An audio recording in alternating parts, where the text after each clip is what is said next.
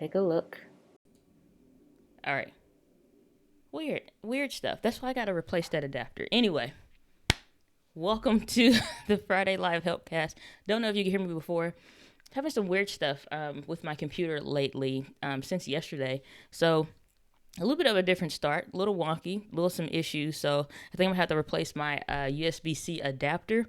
I think I'm probably overpowering it, which is, yeah, that's what happens when you don't buy according to what you need. You buy based on, oh, this will do. It won't. So need a little upgradey. So hostess with the mostess problems these days, or this fine afternoon. Hope that you're having a wonderful day. Hope that things are going well for you and your family amongst just freaking the week. So pro tip, as I said I was going to give you, I recommend these HDMI cables, these L-shaped HDMI cables, these things that you would use for live streaming on your camera. Let's see if I can, I didn't move the light too. So L-shaped, so that way, depending on what you need or how your port is angled, it won't block the other ports. Sometimes you might get those that are just horizontal all the way out, and then it starts to lean on the port. So this is why I recommend the L-shaped adapter ones. However, they come in a 2-pack, and the reason is because one has where it faces this way naturally for like the A6400, and I forgot the last test that I was doing was with the A6600 over there or whatever, and so whatever. Anyway, that's why you need 2 cables, because it's helpful and efficient, except when you forget to switch the cables back. Anyway, Merry Christmas, everyone. Hope you're having a fantastic day. And we have Ray here saying, yeah, so that's what it was. I couldn't figure out what was going on. I think it's just my HDMI, USB-C adapter thing, because it just was one solid bar, kind of like those tones, and you just see it going straight across. And I'm like, that doesn't seem normal. So yeah, I need to go ahead and order that replacement today. So saying, yeah, that was static. So Miss Naturally Nollins, good to see you. Glad that you're here. Everybody's giving me the okay, good enough. Okay, so now it's great. Keisha, I think it is. Good to see you. Glad that you're here. I saw your story. Giving a little shout out to the channel. So I appreciate you, brother. Thank you for that. So if you have any questions, if you guys have any questions, anything specific, I know I pretty much dropped a little bit of a bomb on the channel this week.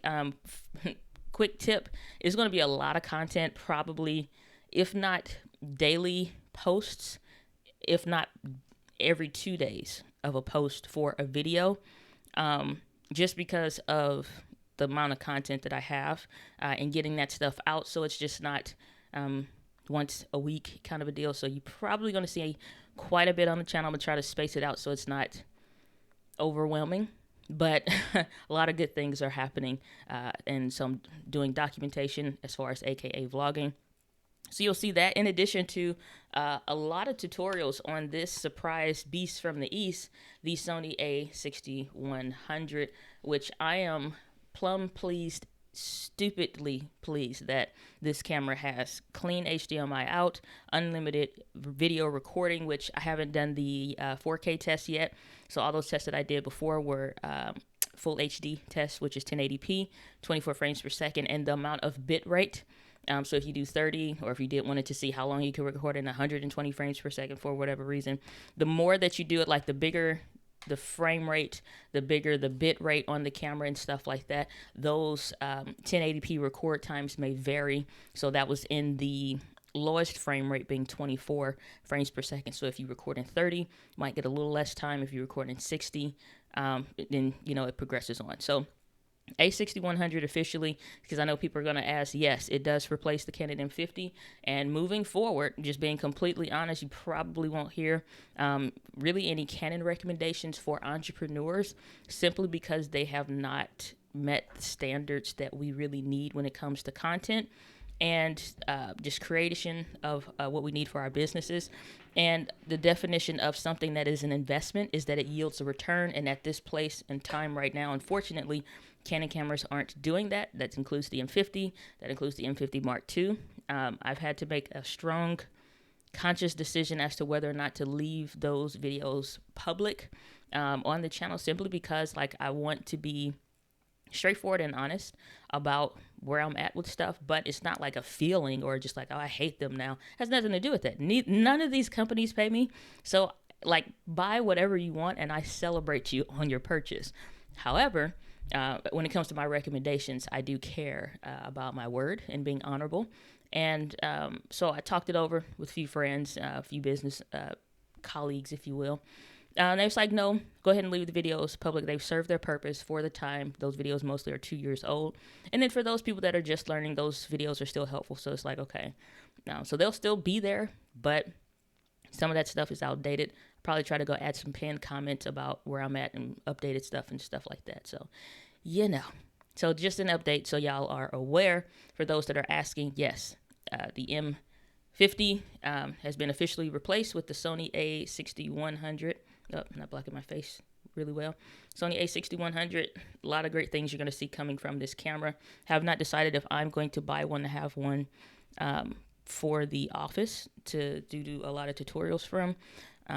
Maybe I'll probably extend my rental for this camera. I haven't decided if I want to buy it yet, though. So we'll see. James Buzzard, good to see you, brother. Glad that you're here. Saying just finished a quick gig listening to this on my way home. I appreciate that. You got us bumping in the speakers. You know what? I learned the importance of like the audio in your videos by listening to like my favorite creators on YouTube and listening to those, listening to their videos in the car. And it was Roberto Blake, oddly enough, who he was doing something, I think, with his drone. He had one of the DJI drones or something just came out. He has so much bass in there. I said, brother, I got all the respect in the world for you. I can listen to some tunes a little bit and watch this video partially for where their phone was placed. So that changed everything for me. So shout out to Roberto Blake for that. But let's see, Tammy Lyle Clark, good to see you. Glad that you are here. Lance saying, are there any resources on how to go about offering live streaming remote production services? Also, what are average rates? So Lance, good to see you. Glad you're here. I think my glasses and the glare is throwing off the camera, so I might need to switch these, but I need to see. So if the focus goes in and out, it's catching the glare in the glasses. So maybe turn this way. I'll sit like this the remainder of the stream. So when it comes to offering live streaming remote production services, when it comes to any kind of business that you're trying to plan to do, you have to know who you're serving with what specifically. What are their common pain points and being able to address those. Who is somebody that's giving out resources when it comes in regards to that? I'm not sure, because everybody slightly serves somebody different.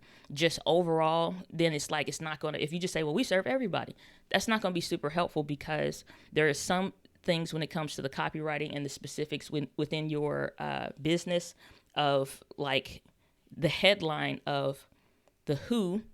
So if it could be churches and nonprofits, their needs and what they're trying to do and their pain points are slightly different. Even if you use the exact same technology, would be slightly different than if you solely said for somebody like myself. If I'm hosting my first event and I say it's going to be 100 people or less, attendees or something, some at whatever location, socially distanced.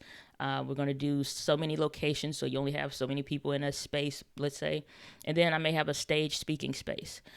So I would probably, like, okay, so we got 3 to 4 locations, shoot, what can you do? Or what does that look like? Or I got 3 hosts, or I'm the main host and I got 3 co-hosts in those different locations. So here's what we're trying to do, blah, blah, blah. So that's different. So like, even if you're using the same gear, it still is the who you're helping to do something. I can't tell you, obviously Live Streaming Pros is good with that. They've done events and stuff like that. So David, has done a lot of those specific events, the gear setups and things like that. So I think he's a great person to ask. So I think it's like support at Live Streaming Pros or something like that. You could probably email them and ask David specifically what that would be. But even then, it's more customized still, specific to the person. And most of the stuff that they have done they're working with entrepreneurs and also large events. I know he's trying to get out of that or is kind of getting out of that business, but I think he's probably a good person to ask if he's willing to answer. But as far as my answer, I would say specifically be more specific of who you're serving, about a live streaming service, and how you're going to help them, because they want to know, like, is this going to really work for me?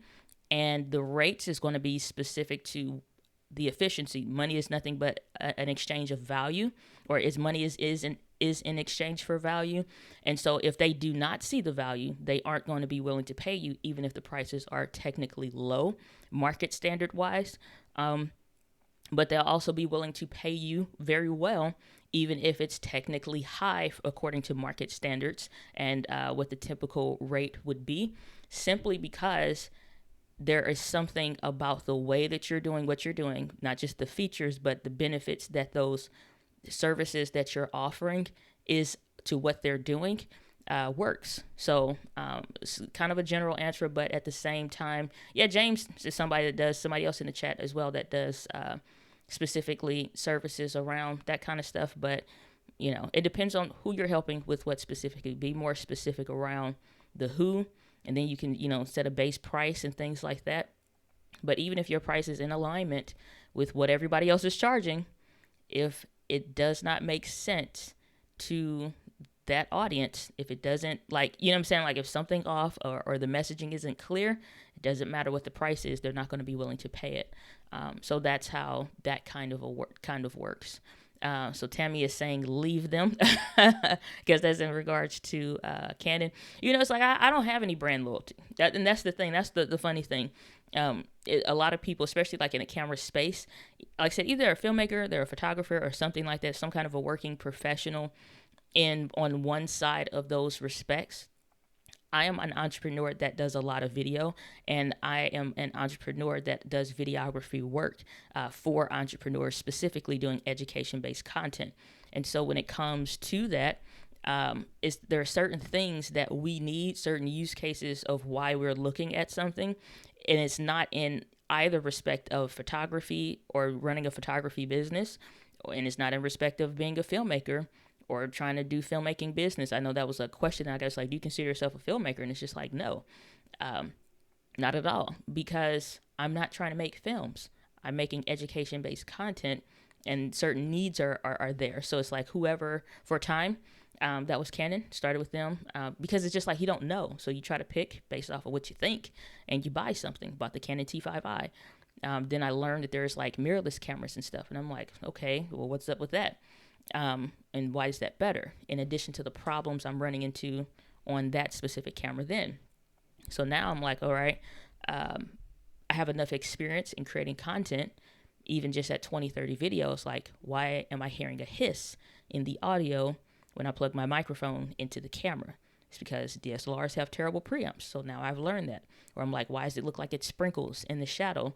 And it's like, because the lens doesn't have a great aperture. It's not sharp glass. You don't have enough light. So I'm like, okay, I understand. So it's just like, here's a problem, find an answer. Here's a problem, find an answer. So the more I kept repeating that process, creating content for myself, the more I uncovered different tools that worked for me. So then I left Canon, went to Panasonic.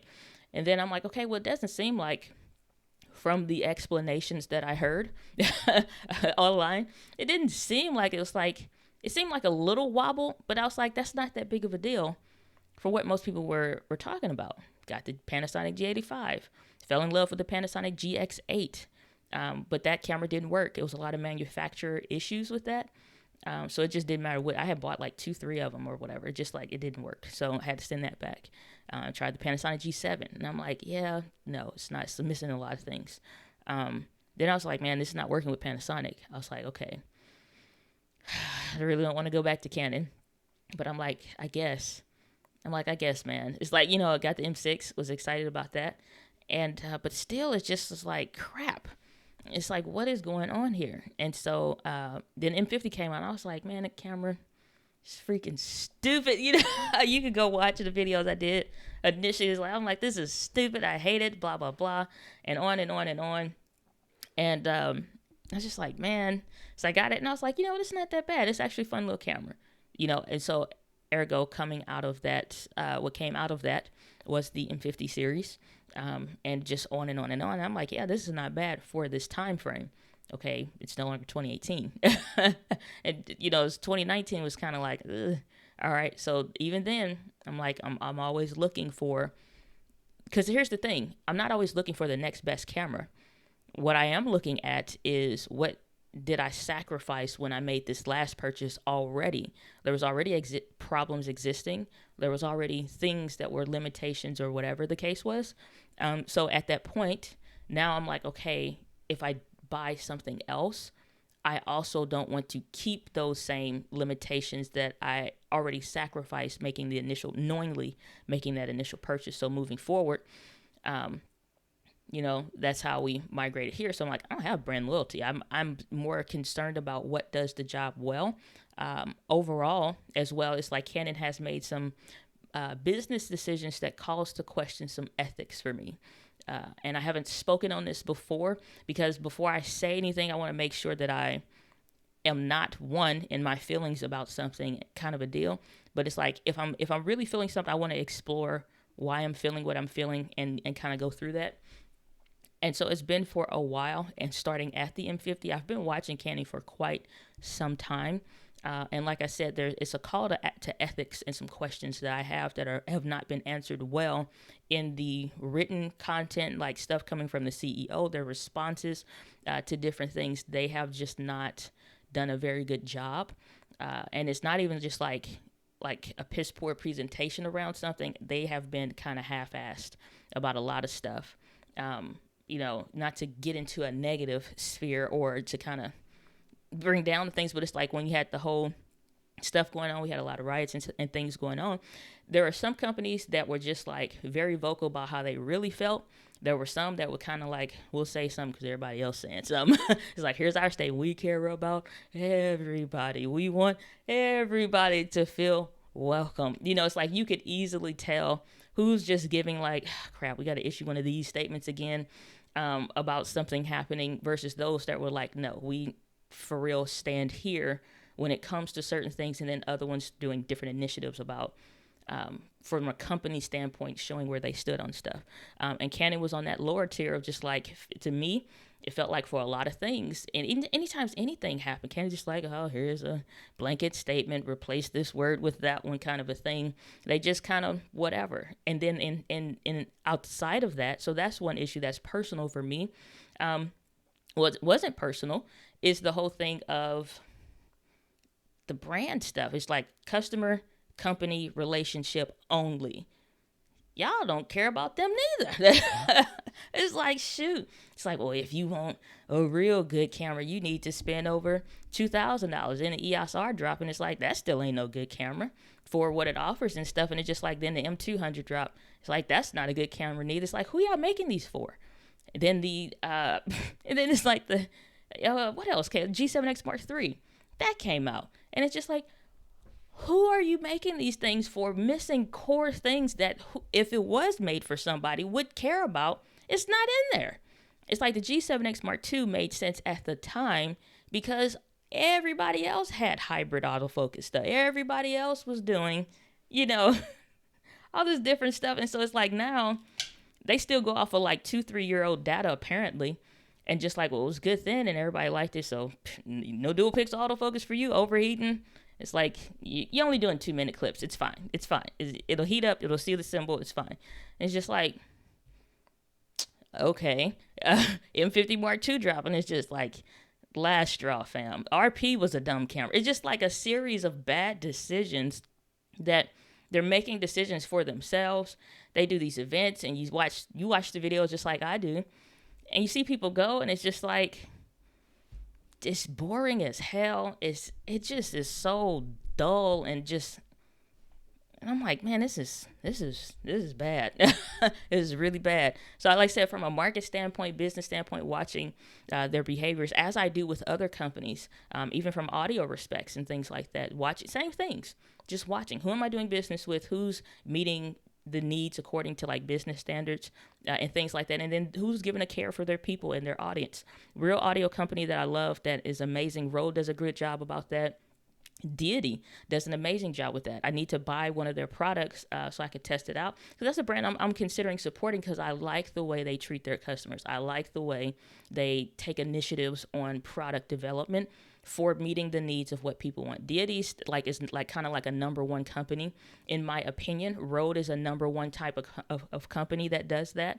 That's producing a lot of good things. I've seen a lot of good things from Movo even. Comica is another one that's doing a lot of great things, not just because I have their stuff, but I watch. And it's like I have to make those same purchasing decisions like everybody else. I'm not just some YouTuber buying stuff to do a review and then move on. It's like that's not the focus. So, whew, rant, I guess somewhat delayed over, just like, but it's all out there. Merry Christmas to you. My gift to you. Shoot. Let's see here.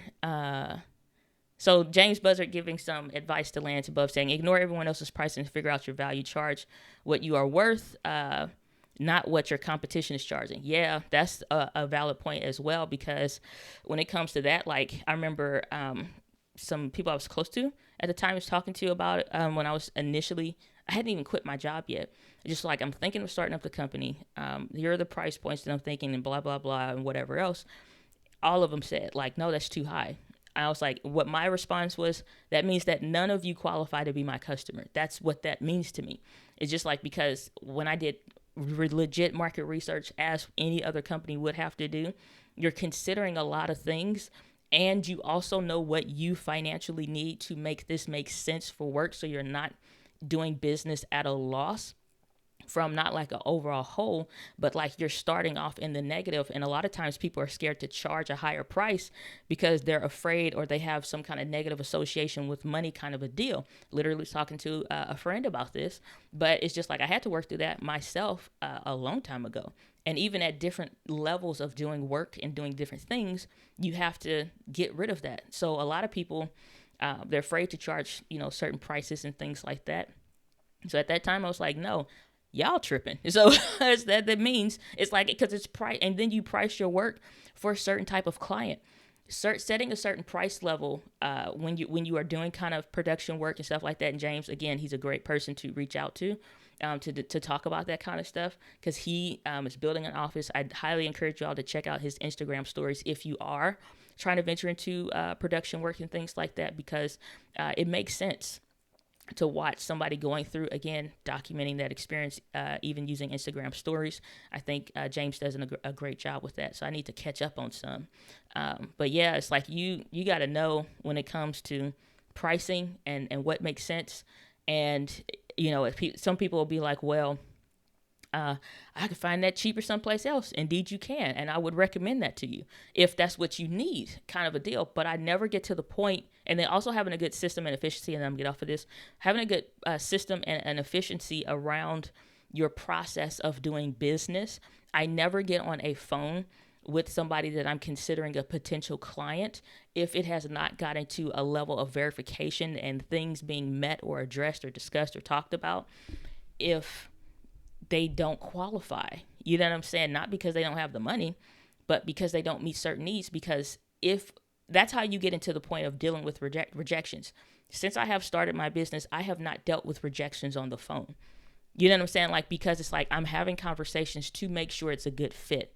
If it's not a good fit, from coaching client to production work, I'll let that person know I don't think this is a good fit for you. Because you'll know people that say a certain thing or they word things a certain way, where they kind of stand and where they fit. And it's just like, you know what? I don't think my service would be great for you. I would recommend them or refer them to, and like having people like James or other people I know that do work. It's just like, hey, you have any openings for another client that's thinking about doing this? And if they say yes, then it's like, okay, well, I don't think I could help you with this right now, but what I do think potentially might be a good fit for you, whether it's the work, whether it's something about, again, it's just not being a good fit for a couple different reasons. It's just like, I may not take that client. I had to fight some people and like, no, I really want to hire you. It's like, I understand this is not a great fit. I'm telling you, I know, again, like that. So that way, when you get on the phone with somebody, it's not about trying to figure out if they want to pay or is the price right, or it's not even a conversation around that. The value is already there. It's really just about getting the details at that point. It's not about, like, well, it's too high and it's too low, or that's great. It's not, we ain't talking about that. That's not a problem. We passed that. So have some efficiencies and like structures and systems around doing the work that you're doing, and that will definitely make a difference in your work. So Ray saying, "Ooh, child, speak your truth." I respect that. I appreciate that. Raw and Uncut podcast. Good to see you. Glad you're here. Saying, how can I put a video in a small box on Ecamm? Picture in picture. I wish I probably hadn't deleted then the one where I just did. So let's do a little. Let me find a video first, and I'll put that in a box, and I can show you that. So I gotta find a video first, and because I'm doing a lot of documentation, self-documentation, I should have some video clips even from like yesterday, the phone clips and stuff. Like I said initially, why not the podcast, the show started a little weird today was I ran into some challenges yesterday with my computer. So all I'm doing is dragging and dropping from the folder to the computer, and then I'm going to share the live demo mode. So all I did at this point was I picked the file from my folder, and then I went and drug it over into the overlays section, and this is what popped up. So I'm showing you all now behind the scenes so you can see the screen of what you would see in Ecamm Live, and this is how I'm running the live stream. So what I can do is, and you're asking how to put a video in a small box, you now need to know if this main feed, me with the pink background part of like the thing with the camera, do I want me to be in a small bubble, or do I just kind of want to have that bubble up the video that I'm talking about, which is what I think is what you're saying, have that video play over the screen. But this is the option that you'll see. It says, do you want to add the file as an animated overlay, and it doesn't include any audio, or do you want to play it full screen with audio? So now you need to see it. Let's click on add it as an animated overlay. Now you can see the video, but we can't hear anything. And if I go over here to sound effects or any of that, neither of these are playing audio for this video. And so I could pull this, like if you just wanted to talk about it, kind of a thing, you could do that. And you can change the picture in picture to, change picture in picture shape. Yeah, to wide, classic, square, round, whatever. So you want a small box, so let's do square. And you can change that to a certain size. It's still in a 1080p size, but if you want to put yourself in one, then that's different. So this is one way. You still have the ability to scroll through the video if you wanted to talk about it. So that's one way. Now, if I delete this video here, let me drag that video in again. This time we're going to change and play animated or play full screen with audio. Hi, I'm John Lorenz for Canon USA. All right, so y'all can still hear me, but you can't see me any longer because we're now in this video tab part over here, and I would have to click this, the picture in picture box, which is we changed the shape, and now I'm in a box shape, which is, again, a little different, but it depends on what you're trying to do. So I would probably choose this option so that we have the full screen of the video, and maybe I'm in a small shape here. Again, change the picture in picture shape. You can make that round if you want, kind of a thing. Resize that, remove that, depending on what you're trying to do.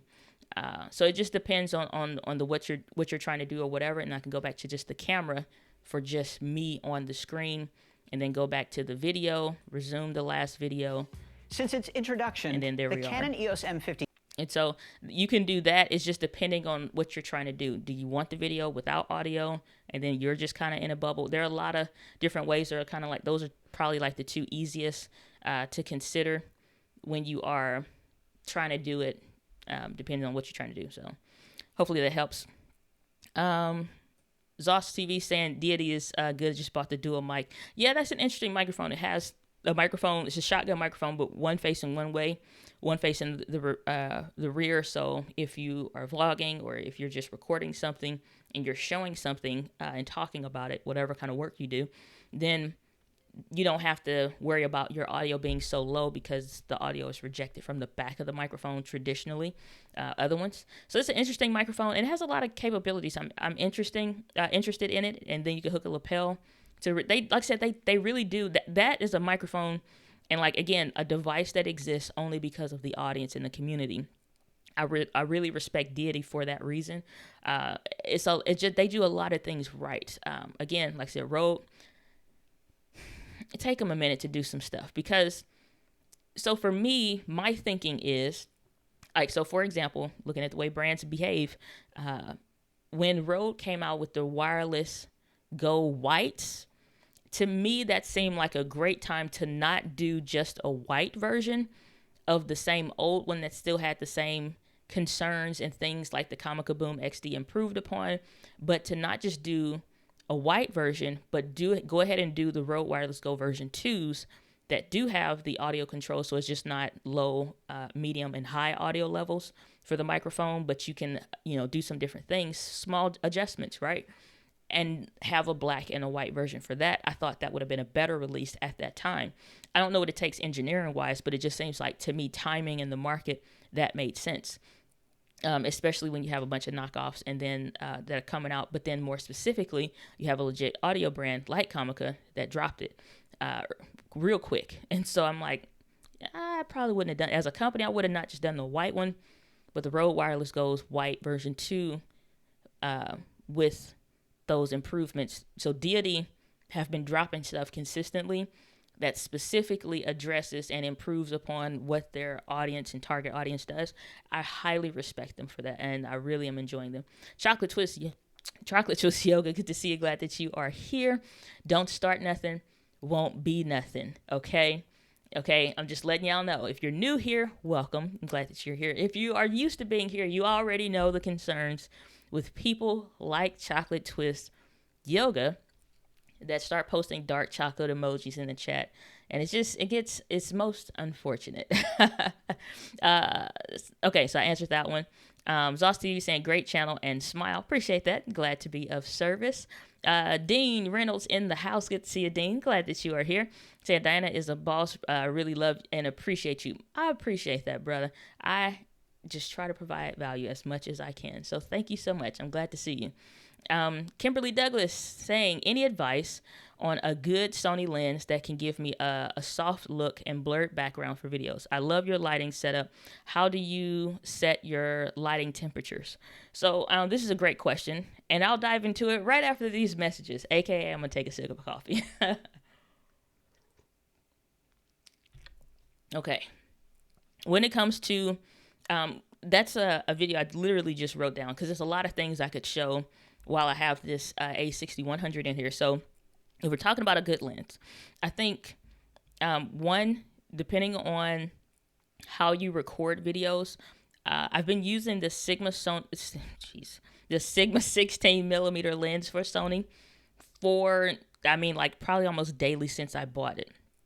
That is because I really want to see and get, I use something like a ridiculous amount of time because I want to make sure of how can it be used, what are its limitations, and how can you use it. If you get any of the 6100, 6400, or 6600 cameras by Sony, you have in those cameras what's called clear image zoom.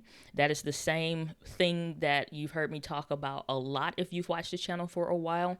And so while I'm on a 35 millimeter lens today on the A6400, but using that clear image zoom allows me to crop in to the sensor, not just the image, but on the sensor, not lose any black background blur or any of that stuff. But just bring it in so it's closer versus the 16 millimeter would be wider. So that allows a lot of flexibility. You literally can start with the Sigma 16 millimeter lens. A soft look. It has so this camera has a feature in here called I call it pretty mode, but it's not. It's called, I think it's called beauty mode or something. If you really, really want to do a skin softener kind of thing, for some reason. Like, I get it. I have acne issues and challenges and stuff, so I get it. But that beauty mode, that can soften your skin, but it kind of looks artificial when you go past like a level 1. But it has in there, yeah, it's called beauty mode or whatever. It's just really odd if you ask me. But you can enable that and use that. But I mean, honestly, the soft look is more about, I guess, it's not even a soft look, because I still think these are kind of sharp as far as the quality and the details. That's what I'm saying, sharp. But when it comes to lighting, I start my lights and everything like it's at 4,500 Kelvin, so you can see the light that I'm using, hopefully.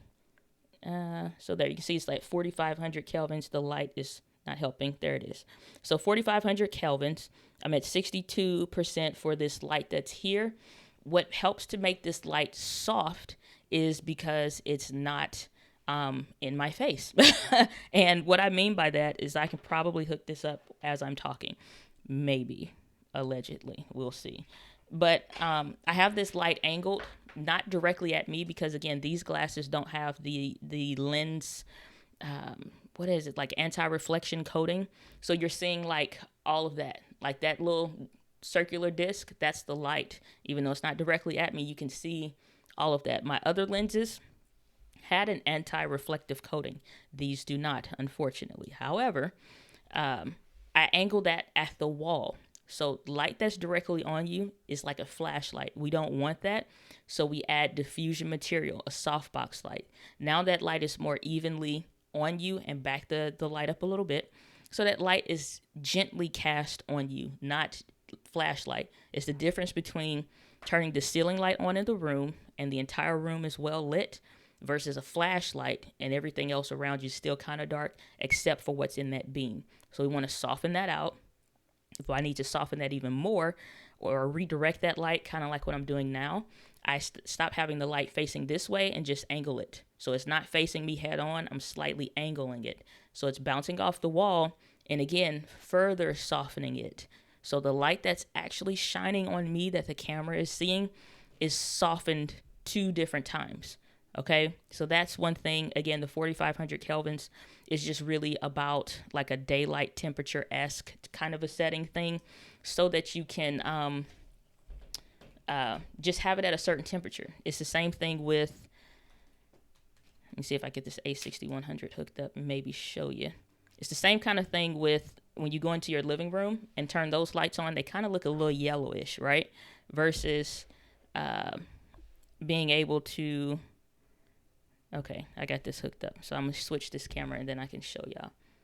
So this is behind the scenes, if you will. So you see that? That's the closet, right? So I got that light that is inside is my LED light. But you see that big disc?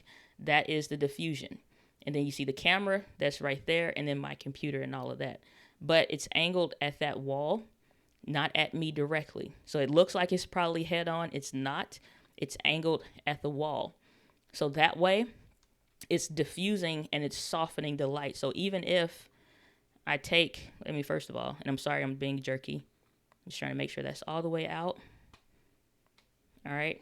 And the white balance is on auto for this one. So you see how even with this one, I know. So the white balance is on auto. Now the ISO is at auto. So, and that is standard. So something else about this HDMI capture card, the cheaper one, is that it seems to further saturate things a little bit more, but not much more. But you see the light is still, it's different, but the quality of the lens kind of helps with the quality as well. So somewhat of a blurry background in the thing or whatever, but not for real. So somewhat of the same angled shot, you see it's not as blurry. So that's why you want to pick something like that Sigma 16mm lens, so that even though same distance, if you will, kind of a thing, all of that is blurry. This is the 35, so it's not helpful for you to see that, but this is the 35mm lens. You've seen the Sigma 16 literally every other time on the channel, the last several videos. Some editing goes into that makes it have a little bit more filmic look, if you will. But that's kind of what you're looking at. 4,500 kelvins is what works for me. I don't want something that's too blue that just doesn't look natural, but I don't want something super orange. I found for me, being a person of color, 4,500 tends to work best at a daylight temperature, but not fully that bluish kind of pure white light looking thing. So that's what I do. As far as a good lens, like I said, I think the Sony camera is fine, whichever one you get, 6100, 6400, or 6600. But the Sigma 16 is a good lens to start with. And if you can adjust the lighting to work best for your skin tones, you can start with 4,500 kelvins, and that'll work for you. As far as the light temperature, I just do LED lights that I've talked about, but probably not in dedicated video, but in these live streams, and start there. So, maybe try that. So, what about that blank screen with overlay with the video in the small box? I don't know what you mean, blank screen. Yeah, I'm not sure what you mean by that as far as on Ecamm, so I don't know. Let me know. Alan Jones saying, hi, everyone. Sorry running late. No worries. We got a late start today. Outstanding work, DG. Thanks. Chuck Cooper Foundation. Good to see you. Glad that you're here. Appreciate the comment as well. Thank you so much. Saying, wait. Okay, went back to that one. Saying, yay, the A6100, that's my camera. Well, you got a good camera. I just found out myself that does unlimited recording, and I am pleased as punch to have, I'm not going to say discovered, ain't no Christopher Columbus-ness happening over here, but be told that and then get one in my hands to test it out as well. So, let's see here. And then Lance saying, thanks, my pleasure. Glad to be of service. And then Zoss TV saying, how do I reset the autofocus on the Canon M50? There isn't any reset button for it. Either it's in manual focus or you have it in autofocus. And then you need to have it in what's called the Servo AF, which is basically the face detection, autofocus, and all that other stuff. So honestly, it's like once you get the camera, whatever it's in generally works. You would actually have to go and probably change some stuff. I don't even have the M50 anymore. My nephew has been using it, and so he has it right now. So I can't pull it up and access it. But if you go back through that M50 video that I did, like we can go and let's go to YouTube, and let's see here. Oh man, I'm missing Ross's live stream. Let's go over to Ross channel, little channel bomb here. So I'm gonna mute, but I'm just gonna show some love. Ross is somebody that's usually on the channel a lot as far as in the chats and stuff like that. So we're gonna do. He just hit recently. Well, it was something. It was like 100 something or whatever. But anyway, I just want to say hi and thank you. So yeah, I gotta pause for the calls. Congrats on all your work. Ross, pumped for you. All right, so I always try to show some love whenever I see that. Moving on. Let's go to the channel so I can answer this question. So question was about resetting the autofocus as far as the M50 here. So actually, I'm gonna go to my videos tab. Let's go to,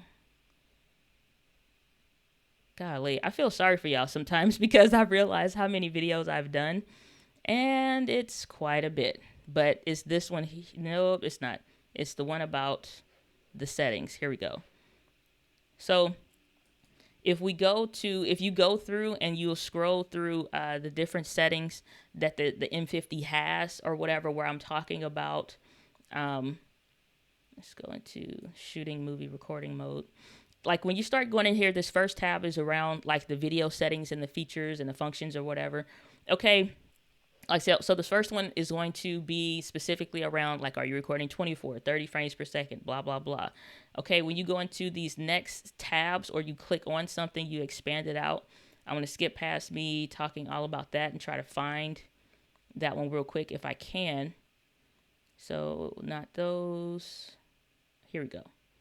So between these two, so about 8 minutes. So I'm skipping ahead to 8 minutes. So 8 minutes, 20 seconds.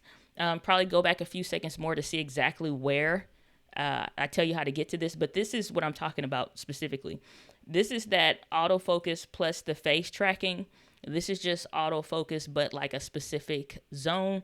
And then this is just like a spot autofocus where it's just going to be wherever that maybe little dot or square is, wherever you point the camera, only what's within that little dot or that square is going to be zone, is going to be more so. And I'll probably drop this in the chat. Actually, let's do, what I will do is this, click share. We'll start it at that time frame, and then I'm gonna drop this in the chat for you. So go to that video at that specific part, probably go a few seconds before that, and that'll tell you how to get to that autofocus method part. Because zone, if I just said zone autofocus, even on these cameras, it's only gonna be whatever comes in and out of these boxes that's here. Anything else outside of that, if I moved outside of the box, then it wouldn't be in focus. But you need to go back to that face and plus tracking autofocus. That's what it should be on your M50. And then make sure you're not in like a manual autofocus mode. So in the top left corner of the screen on your camera, when you're looking at whatever you have your camera pointed at, it should say AF, not MF. If it does, hit the left arrow button or the left directional button on the thumb pad and change it. Change it from AF to, or MF to AF, and that will work. So let me see here. Conversations with Dr. Brian. Good to see you. Glad that you're here. Saying, what are your suggestions as far as using a camcorder for live streaming? I don't recommend camcorders. There's only been legit one time where it made sense to recommend one for one person's specific use case. Most of the time, it's not worth buying because what most people are trying to do, what they wind up telling me, all the things that they're trying to do is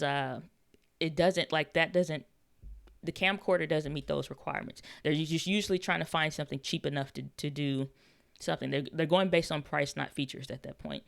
So you'd have to let me know what you're trying to do, but I don't recommend any kind of camcorders because for most people, when I ask them what they're trying to do, they list out those features. I'm not just trying to put everybody in a mirrorless camera. What they list out and they say those different things, camcorders can't tend to do that. They're not built for that.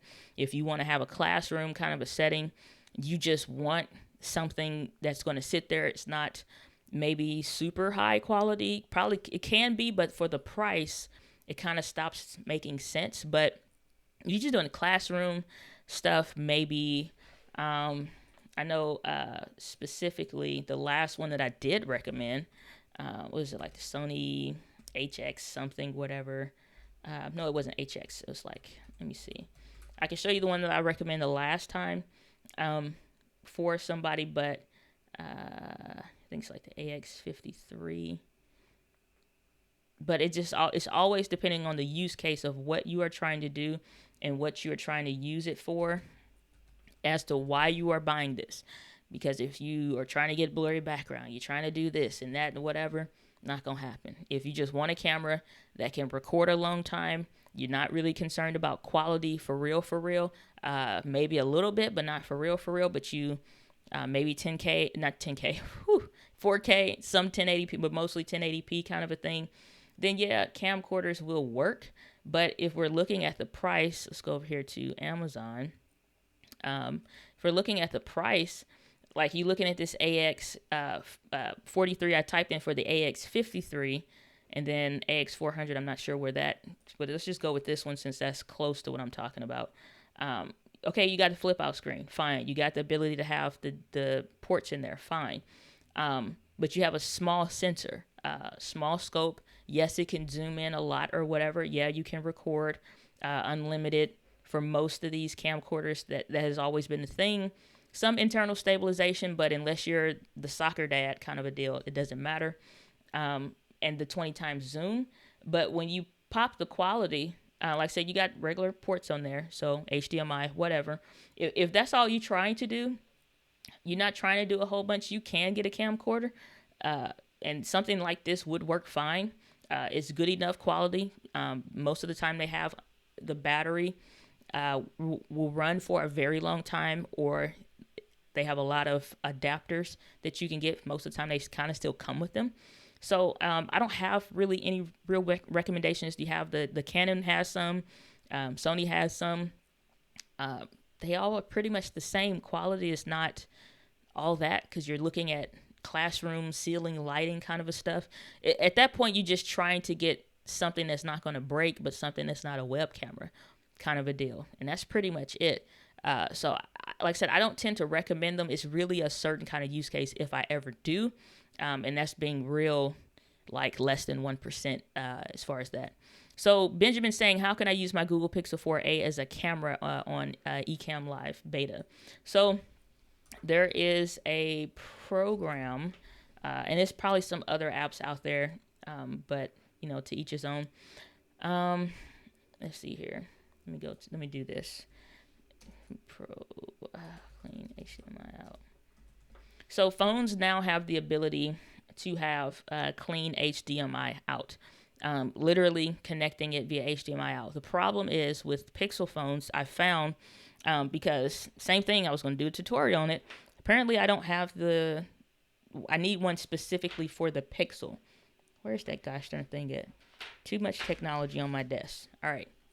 So this is something like what you either looking for audio-wise, but it's usually something that's usually like a USB-C adapter to the headphone jack if you're needing something like that. But I'm looking for one now that will work for the Pixel phones that would be similar to the ones that I can use for the iPhone, which is these kinds of adapters where you have where you can get Ethernet and hook in your USB as well as charge it at the same time, or you have, man, that's really blown out, but whatever. But something like this is what you're looking for. It would have to be HDMI, the ability to charge, and maybe you probably don't need one since you're using your computer and all of that, but at least something to charge it and HDMI via USB-C. I have not found one yet, so I can't recommend one yet. There are obviously other channels and stuff like that on YouTube that have probably already done a video about that, so I would check those and go through their links to get the specific USB-C adapters. But there you would use a program called Filmic Pro. It has the ability to have clean HDMI out on the phone now, since like iPhones, you just use your regular thing and there you go, but regular charging cable. But you need a USB-C adapter to run into your phone, and then you can get Filmic Pro that will give you clean HDMI out on the phone to be able to do that. And I bought the software already. I just don't have the adapter yet. And so to kind of show you that it's just literally a slider in the settings. It's not anything special other than once you connect it via USB-C with that dongle adapter kind of a thing, now you're able to go into the settings, and then let me go here. Let's go to and y'all can continue to type in questions. I'm just finding this real quick, and then we will move on. Yeah, so let me see if I can turn this.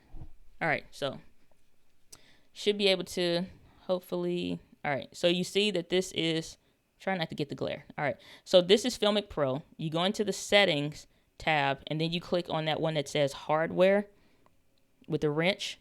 Once you do that, there's a setting in there that says clean HDMI out. All right. So once you have that selected, you turn that slider until it goes to red. Then you get that USB-C adapter for your phone. This is using the Google Pixel 5, but you can do the same thing with the 4a. And once you have that, now you hook it in. It takes the icons so that the Ecamm Live doesn't see it. There's probably other ways, maybe easier ways, cheaper ways. That's the way that I know that's legit, that works. I just don't have the adapter to do it on that specific phone. So that's what I would say for that.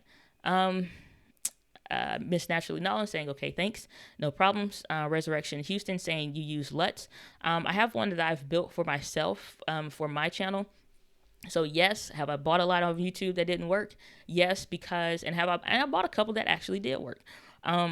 And it don't matter. This person can have 10 subscribers. I don't care. I'm willing to try and to learn because a lot of this year, for me, my focus starting the year was to focus on some color theory and learning about color theory. So I'm not I don't care what camera I shoot on. I know how color theory works and how to work within that. So understanding shadows better, understanding highlights better, and all those things in between.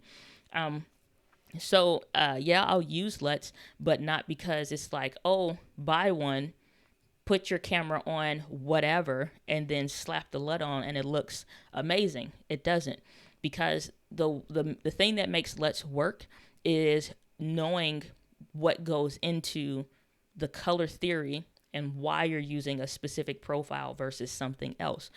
I couldn't understand for the longest time why Sony has a ton of picture profiles, picture profile 7, 8, whatever. Those are just kind of placeholders, but they default to certain ones. So you'll hear about S-Log2 or S-Log3 and stuff like that. And Sony had where they put out initially, because they do cinema cameras and stuff too, they put out where here is why you would use this log footage versus that log footage versus this one. And here's why it has these limitations, and here's what the benefits are. So if you're in a sunny situation where it's super bright outside, that means it's been 1 hour. Live stream shutting down. At least I know it's been an hour, so I know where I'm at. But if you're outside, bright situation, use this log footage because this works best for this. So when I am using a LUT, I'm recording it right, and maybe that's exposing to the right, or you'll see that EOOR, exposing to the right. So when you record the log footage, it looks gray and nasty and disgusting because you need to record it a certain way because, different things. So you need to understand more than just like buying a LUT, using it, slapping it, and it looks good. Like not the settings, but not just the log profile that they're using, but the whys and understanding that kind of stuff. So it's a lot that goes into color theory with that. So this year, that's been a focus. So yes, I do.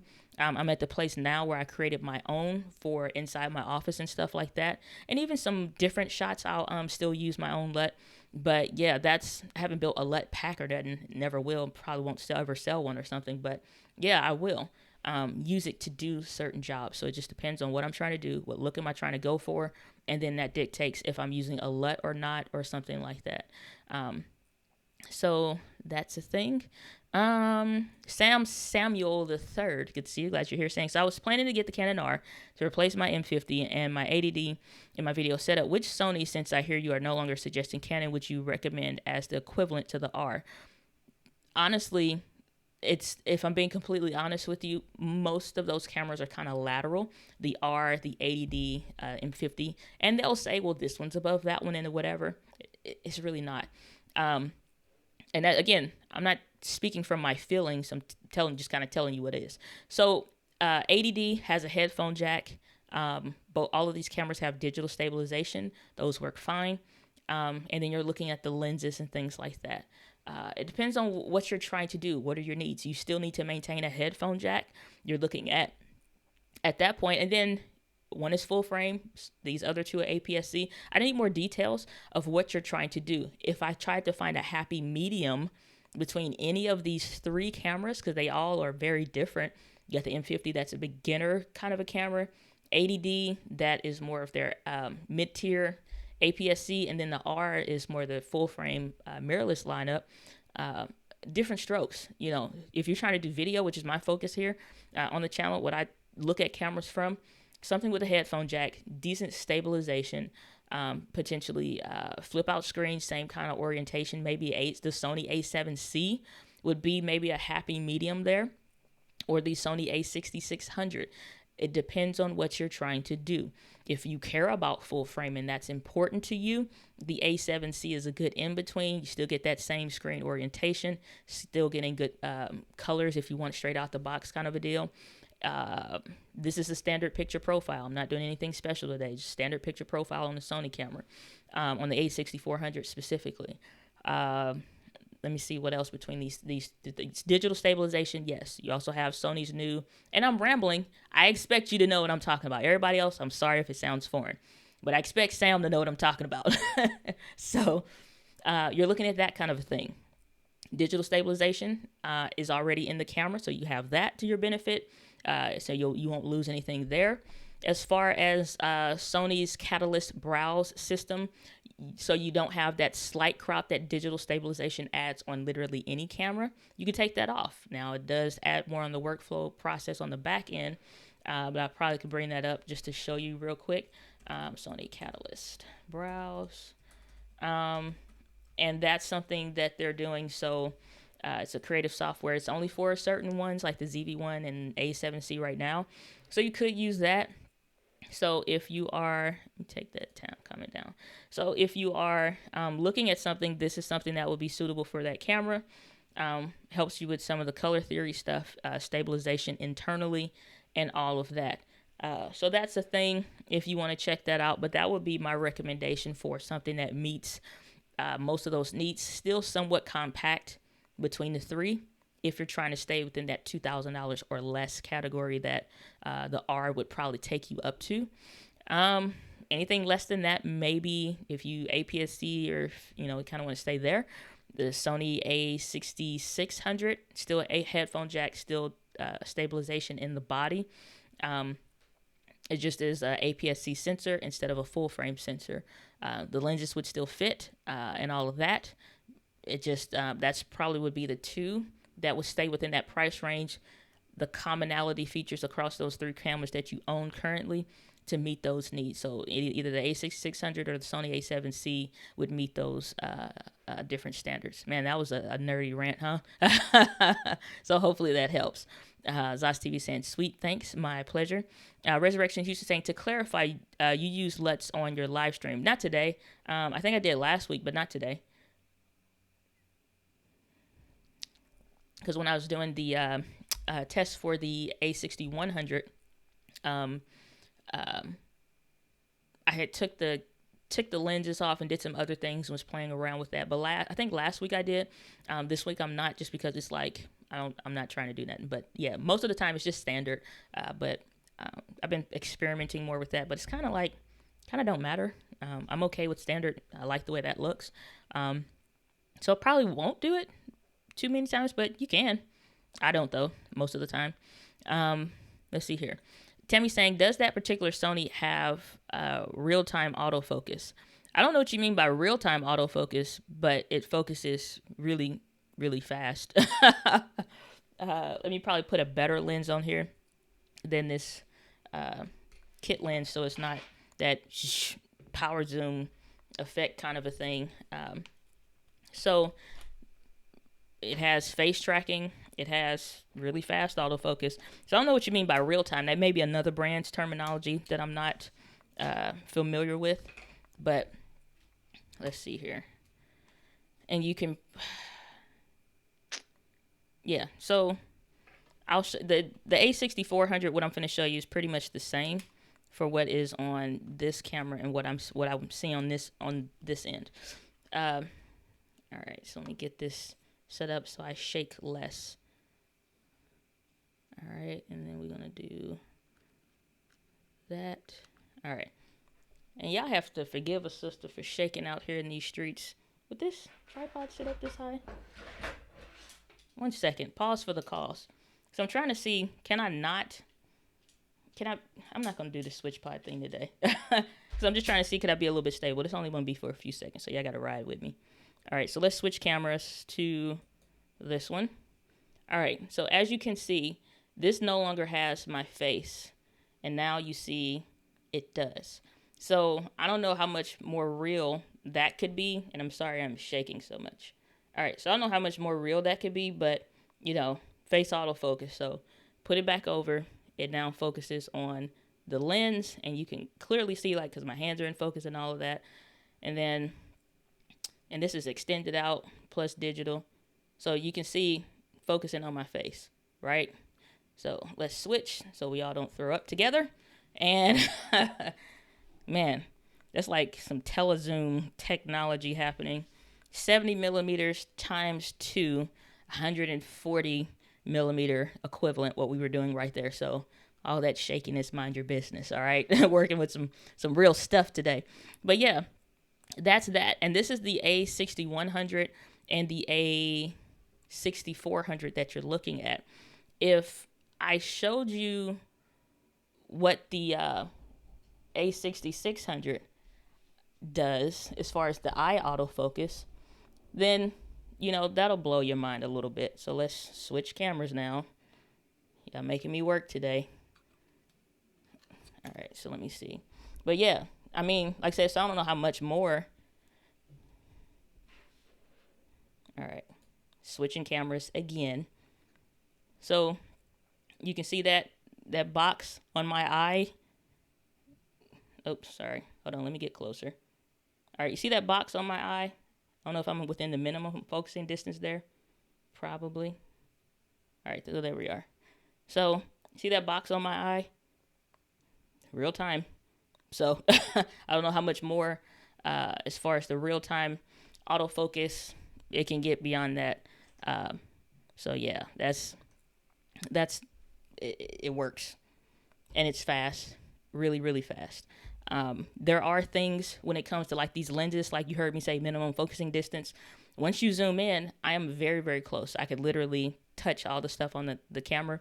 The 35 millimeter is about 2.5 steps away from me. This one is less than arm's length.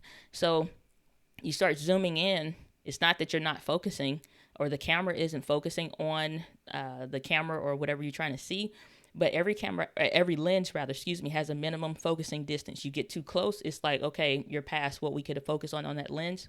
Now you need to go into manual focus if you're trying to get real close. So that's what I was doing there. That's why I'm like, okay, let me back up. Now, because it can't focus, minimum focusing distance matters. But yeah, any of these cameras have face. All of them have face. The A6600 and the A7C that I was just talking about, that has eye detection autofocus as well. So if it can't pick up the eye, and I've seen this thing do stupid stuff on the Sony, like where it will pick up. Like, so I can see my face on the screen, right? It'll see that in the reflection, because these glasses have reflection, and it'll focus on that, and I'll see like a gray box picking that up. It's kind of scary how good they have made these, so I don't know. So Resurrection Houston, so kind of address this with the LUT stuff. Shooting in log footage, no, not unless I'm testing it, so no, most of the time, no. My Castle Life saying, good to see you, Diana. Glad that you're here. Glad that you're here as well. Saying, I just love my Sony ZV-1 and my A6600. Waiting for the next year to see if Sony adds LiDAR to their lineup. You missed me on that one. What is LiDAR? Hey Google. So, which the Google is so helpful, but no. Yeah, I must be missing something on that one. On cameras and whatnot, so I know like the iPhone, hearing some stuff around that, but not enough to know what it is, so educate a sister.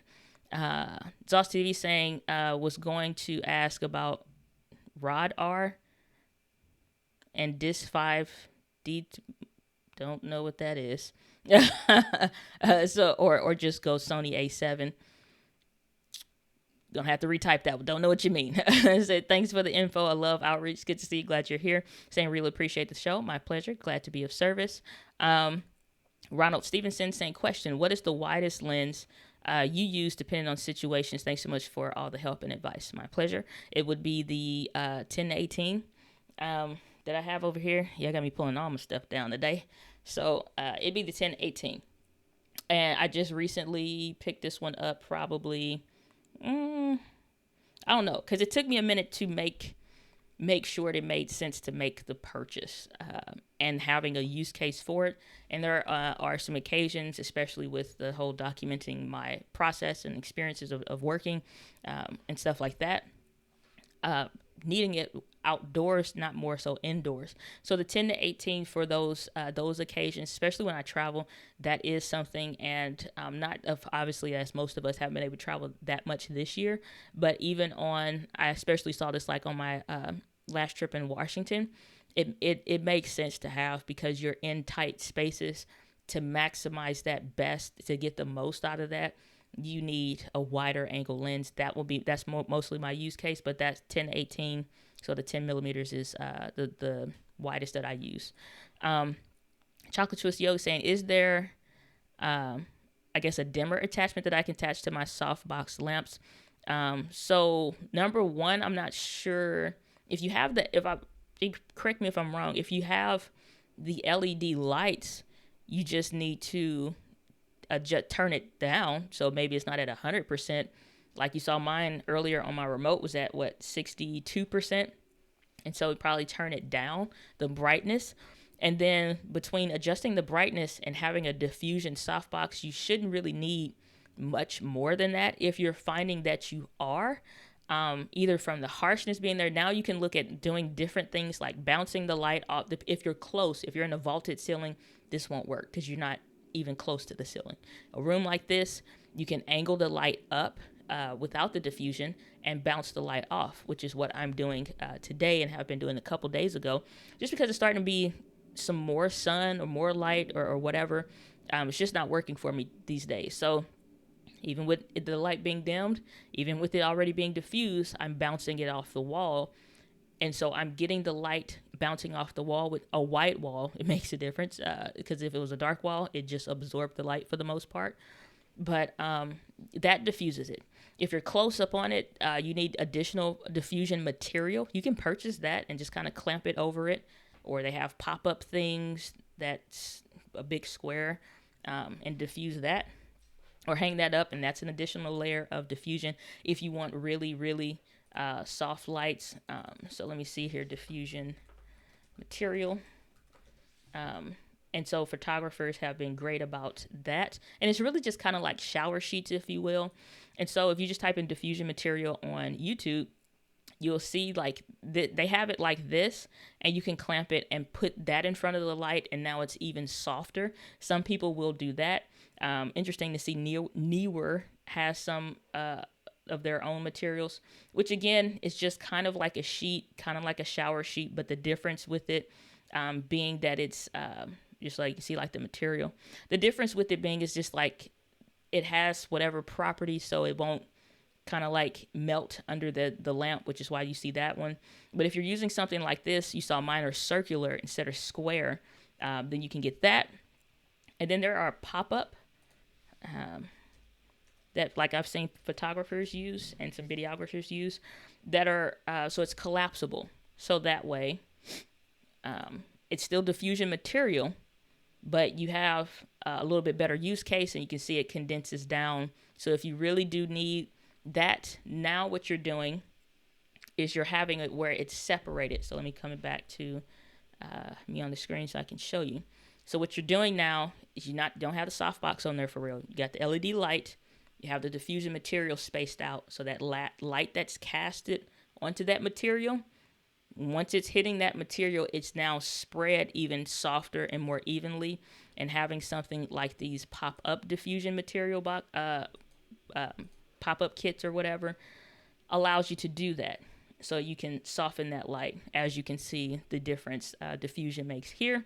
And then you can just kind of clamp that on, but you would need something to hang it on. That's a light stand with a clamp, essentially. I'm probably sure they have something, but that's kind of what you're looking at that point, and that's a good example. I didn't have to use my hands. I could have just went to the picture not knowing that they had one. But yeah, that's how that would work. You had a second part to your question saying, is there an adapter thingamajig, that's professional talk that right there, that will allow me to attach an Ethernet cable to my MacBook? Any recommendations? You are looking at something like what I'm using right now, which would be these USB-C adapters. It probably would still work. Is one by Anker, and that's the one I'm using right now. Only problem is I'm overpowering mine, so I don't know how much stuff you need because I'm got two cameras running.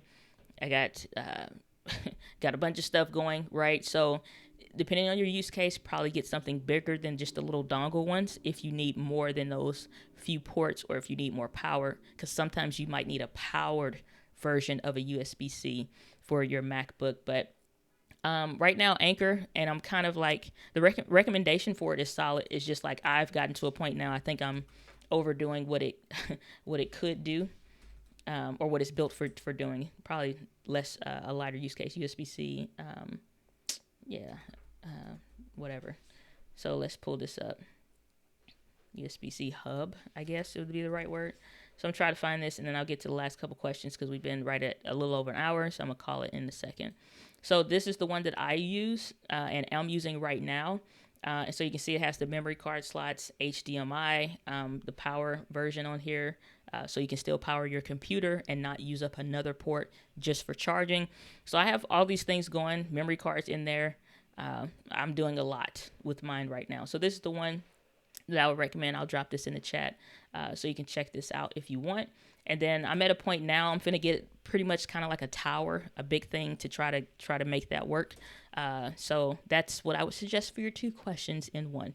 So any final questions that y'all have, make sure you drop those in the chat because we're finna wrap it up in about 30 seconds.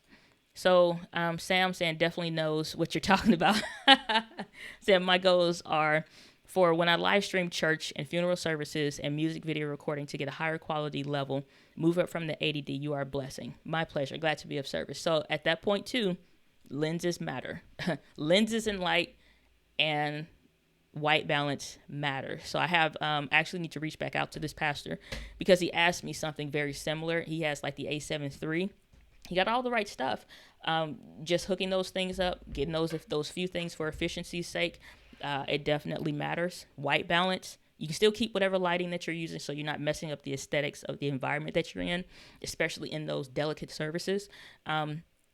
White balancing on the camera matters. And having a good lens that can compensate and make the reach for what you need, which is why like I have this 16-70 that I was using even for stuff like this, but more for my work. So I can get that extra added reach and keep a high quality versus just the kit lens that can do, what's this, 16-55, I think it is. But yeah, 16-50 on the Sony kit lens. Same focal length, very different quality in the lens quality. So definitely check that out. Excuse me. Elaine saying LiDAR is a feature that makes the nose appear longer with every light. Pinocchio effect. I definitely don't. I don't want that effect going. Yeah, some of these camera efficiencies and phones that they're making is just like the beauty modes. I'm so sick of that stuff. I got people that they post picture of their friends, not friends, but their family and their kids. It's like, this kid is 1 year old. We will never know what this child actually looks like. Okay, this is better than Michael Jackson's blanket over his kid's face because it's just artificially softened. It's like it's a child. They don't have acne. Why does a 6-month-old need a beauty filter on? But whatever. Shoot. But it's like, so yeah, some of this stuff is not where it's at. I see some friends, you can't tell the difference between their nose, their eyes, and there is no indentation to show cheeks or wrinkles. We getting older. It's like, y'all, our skin is not like 12-year-old skin anymore. Y'all done went through some stuff, okay? Few things dragging on the cheek and the face, including a 2-year-old. So it's like, that's not real. All of this looks even, and it really is upsetting when I see friends get stuff done from photographers and they just use that skin soft. They just slide that thing from 0 to 60 in just no time flat. And it's just like, they're like, how's my family pictures look? And I'm like, y'all got some great poses. Shoot. Oh, man. Saying I don't have an LED. Then diffusion material or those pop-up diffusion materials, those can work to do that. Samuel saying, if I bump over to 3K and down, does the Sony line give me a huge upgrade? Hell yes. Don't know if you're a pastor, but still, hell yes. So the ultimate camera, Bee's Knees Hall of Fame award of the year goes to the Sony A7S III. And that camera is the ultimate best camera at any consumer level that you can get. Only honestly in some natures second to cinema cameras. And that is just, I mean, that's not that camera is amazing. Do they even have any in stock? So let's go to B&H. They might have some. But yeah, it's like, if you look at that, it is a significant price dump because some stuff is a lateral move or it's slightly a few more features. But the A7S III is, if depending on the use case and what you're trying to do, if you need it, it costs a little bit more. And some are even starting to turn up used, which is interesting. This camera just dropped, but this is the do-it-all camera for video. Like if you can afford the money, you need these things. This is going to be the go-to camera. If you are at $3,000 price range, it can pretty much see in the dark, extreme clarity, it's full frame, flip out screen, touch autofocus, has the newer Sony menu systems, eye detection, autofocus, and all the things that I've talked about, then some, 422 10-bit. Like you could hire the best filmmaker and they could make you a magical Disney World film with that camera. I mean, like if you look at some of the stuff on it, it is a brilliant piece of work. But if you don't know how to use any of those things, none of those matter. And so that is the ultimate equalizer, skill. If your skills aren't there, it doesn't make sense to even touch something like that and to buy that right now if you can't really get the maximum out of that. Having all those things sounds great, but you're sitting there with a car you can't drive for real. You know what I'm saying? So if the skills aren't there, or if it's not something you're actively developing, don't bother with it. It'll probably be a Sony a7 IV that comes out soon enough. That'll probably be at $2,000 or $2,500 or something like that. Until then, the Sony a7C would work. You get more customization as far as the dials on that camera than the a7C. That's the difference. If your use case is still at kind of just a more average use case, average intermediate use case, but your skill has to make that purchase make sense. And if it doesn't, and you're not trying to get into filmmaker territory, you don't have anybody hired on that can get into filmmaker territory, you are going to get the same look out of that camera with the same lenses that you can afford with the not A6600, but the A7C, and in some respects the A6600. So it ain't worth buying if the skill level ain't there. I was saying LiDAR is laser generates 3D model picture for greater accuracy. Saying like a bat that sees the world. We'll see. I have to look into some of that a little bit more, but we shall see. Saying, Kimberly saying the Sigma 16 lens looks great, but I'm balling on a budget. What's the difference between it and the Sony 16mm lens aside from the price? Quality and sharpness and stuff like that. And I did look at that. And pulling my last lens off of the thing, you've seen this on the channel if you've watched any of my recent videos and you don't know it. Shot on the same cameras, same settings. This is the Sony 16mm lens. It probably would help for me to do a comparison video on these two. The quality is really not that different from like a kit lens, from like the kit lens already. So between the two of them, you're going to get very, very little difference in quality. Having that f2.8 does help a little bit, but at the same time, it's not a significant enough jump for real to make it really, really make sense. And then too, the focusing motors are a little bit slower, so you'll see it. Maybe I'll say this: a trained eye sometimes can see it, but most of the time you can't. But these are fine, and I bought a beat up used one for that reason, because it's like I'm not spending that much money on something that is already, So I bought this used. I ain't spend that much money on it, so it's not bad. What you're doing with the lenses that you have makes more sense, because you can make the kit lens look really nice, and sometimes I'll use the kit lens because I'm closer to it. You get that depth of field kind of kicking in a little bit, and especially if you're outdoors, I get compliments on those. Go figure. So you get the Sony one and it'll be fine. It just won't be as much background blur. It won't be as clear, but not that big of a deal. Saying thanks so much for the explanation for nerding out. It means a lot. I trust your leadership. God bless. Note, I am watching behind at 2 times speed. It won't be a very long stream, so fear not, because we are at 1 hour, 28 minutes. I will not go for another hour. So I'm wrapping up the last few of the comments. So we're going to wrap this up very quickly. Saying Zosti was saying earlier, so correcting, saying the Canon EOS R, the 5D Mark IV, earlier. So let me see what you were saying. So you was about to ask about those cameras, the EOS R, 5D Mark IV, or the Sony A7, depending on which one. Saying the right ISO. So yeah. So if you're talking about the Canon EOS R, 5D Mark IV, those are not cameras I would buy. I mean, in some respects, the 5D Mark IV is a better camera with that MJPEG and the 4K. Those files are going to be massive.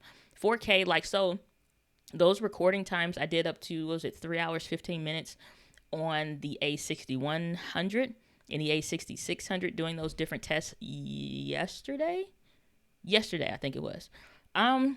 75, 76 gigabytes, and that's just in 1080p.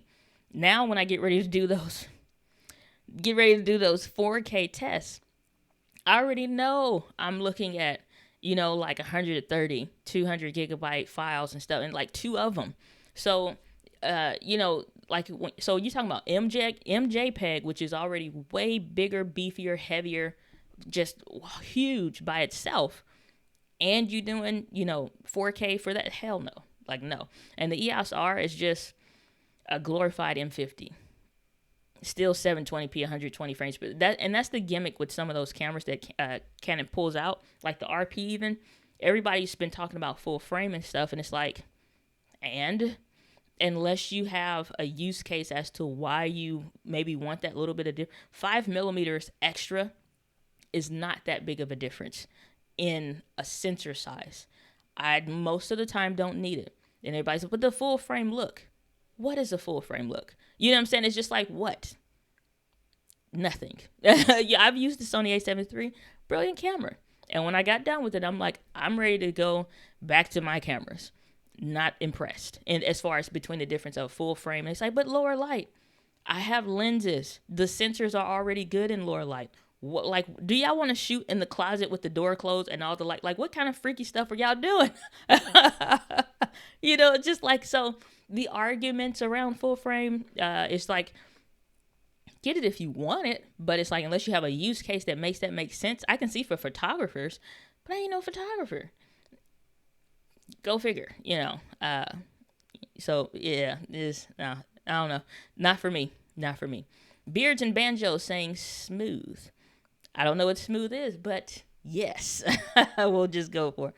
Saying, just for all to know, the new iPhones are using LiDAR now, and this technology is going to make it to other platforms. Sony said they're doing it, so the rumor goes. I can trust that. They'll probably be looking at doing that. And then Sony has phones too, that, to my understanding, are amazing when it comes to especially video features. I don't think you go wrong with any phone these days. So we shall see. So yeah, glad to be sharing that. We also got Elaine saying thank you. So yeah, definitely check that out. And then Kimberly saying thanks, my pleasure. All right, Mari's music. Good to see you. Glad you're here. Saying, when is the next time you'll evaluate our YouTube? Nobody asked for a channel review. And you see that live help cat. Nobody asked for it. And now we at time, so, I mean, you could throw your channel name in it, but nobody asked. So that's why. It's like, it's not like we're now entering the channel review segment. Ask. I said, ask your questions. Nobody asked. Live help cast. No one asked for help in that area. So if you want to take a look at your channel, drop it in down below. We'll take a look, but nobody asked. So real estate, real talk with Sesta. Good to see you. Glad you're here. Saying thank you, Diana, for all your truthful and valuable opinions. I appreciate that. I really, really do. So thanks. Zoss TV saying, okay, thanks for clearing that up. My pleasure. Resurrection Houston saying, do you turn down your saturation? No, this is straight out the camera. Nothing special. A6400 white balanced and Sony 35mm f1.8 at f1.8.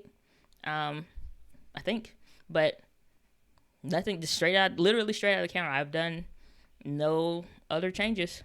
That's it. Nothing. So no saturation turn down, none of that. Saying, oops, sorry, got here late. Can I ask for Now for next day, you can ask right now. Just let's see if we can find your channel on the Tubes U. So you just, because you probably want to do like a .com, but whatever your channel stuff is. So let's see, Mari's Music. So let's take a look if we find you. So that's always a good thing. So the first thing is, if you aren't coming up for search, which you actually got quite a bit of search volume, which I'm gonna come back to in a minute. If you can't come up for search, so we'll go ahead and dive into this real quick. So if you can't come up for search, then your channel is already not doing a great job with that. For your name, you know, we can talk about titles and stuff all day, but for your name. So your channel came up. We'll take a look at that. So let's give a go, and let's see here.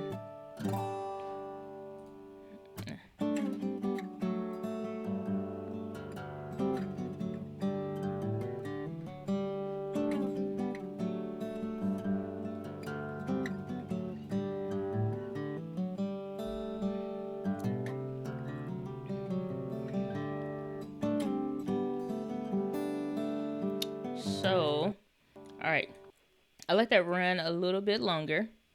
So I would say I love the music, and I'm A-okay with you playing, because you can obviously play well. So I'm A-okay with that when it comes to like a channel trailer or what have you. But here's where you miss it. No nothing, just blank upon blank real estate. We gave you prime real estate, and you're not using it. So if you are going to use it, like you had the ability to put a description and stuff here, you're not going to. So what happens is when people get to the end of this, if they get to the end of the 48 seconds, you got a subscribe button here, but watch what YouTube is going to do. So you don't even have to do that. YouTube is going to encourage me to click that button already. So 48 seconds to listen to it, but I don't know what I'm listening to. And anytime that we have slow music, we more or less, depending on the person's tonality, unless we're doing a mode or we're doing a mood, more per se, if we're doing a mood, then we want to have the tonality of the voice and the pacing of the voice to make that make sense. Otherwise, if we're having slower paced songs, it's to kind of give a normalcy between the talking of somebody that talks fast. So a video that I'm talking fast on, I probably want to do slower music unless I'm trying to do a amped up music to match the style. Otherwise, to give normalcy, I'm talking maybe fast and then slow music, or vice versa. So this is too long, and it doesn't give context.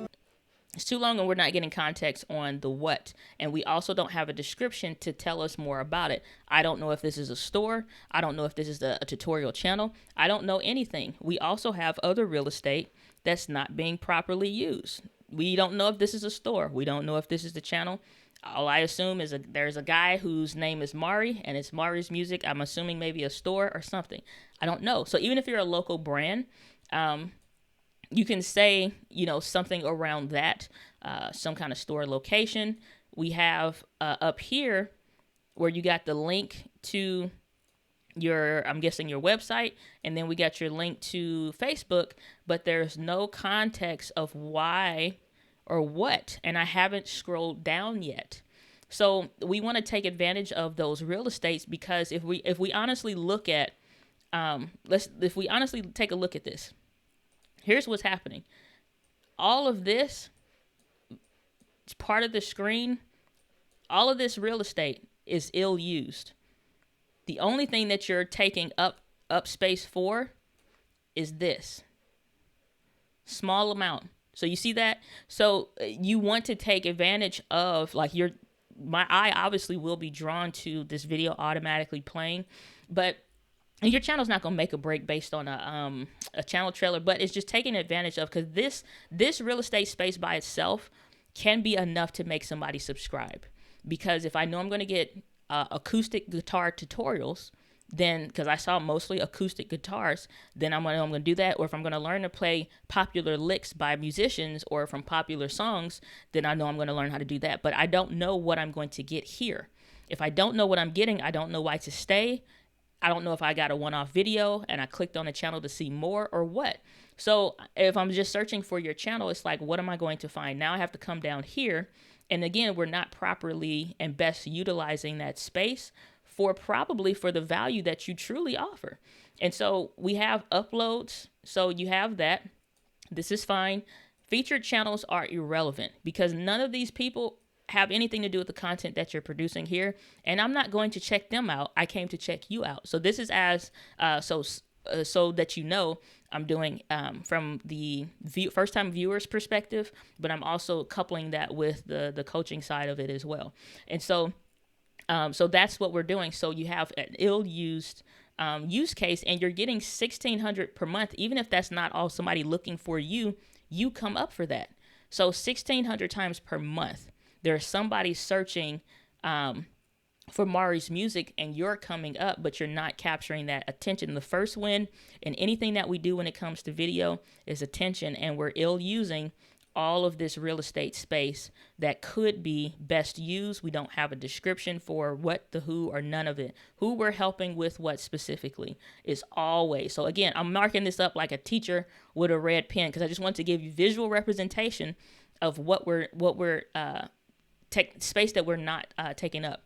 So if we go to the videos tab, because you got a lot of subscribers, which kudos to you, you're doing very well. So if we're looking at that, okay, so let's look at thumbnails. We got consistency here, and I think this can help tremendously because here's what I know. The Martin Guitar series, if I understand that correct, unless that is something else, unless it's a Martin person, I don't know. But I'm assuming either these are chord progressions, either this is a guitar and a certain thing. So if you're speaking the language of your people or whatever, the thumbnail design, even though it's simple, does help because you have an image of probably the car, the Martin, not the car, the guitar. So you got the Martin D18 and the D18A 1939 aged version. I'm sure, so maybe probably an outdated version versus the newer one or whatever, or copied model, which often happens with guitars and stuff like that. Okay, cool. So if we're looking at these different things, then why or what are we doing? So if you're speaking the language, make it be clear. Marty's music need not take up that space. It can be a part. You can add it on the side. You can keep it at the bottom, but make it smaller because even with thumbnail design, we're looking at how much real estate we're taking up.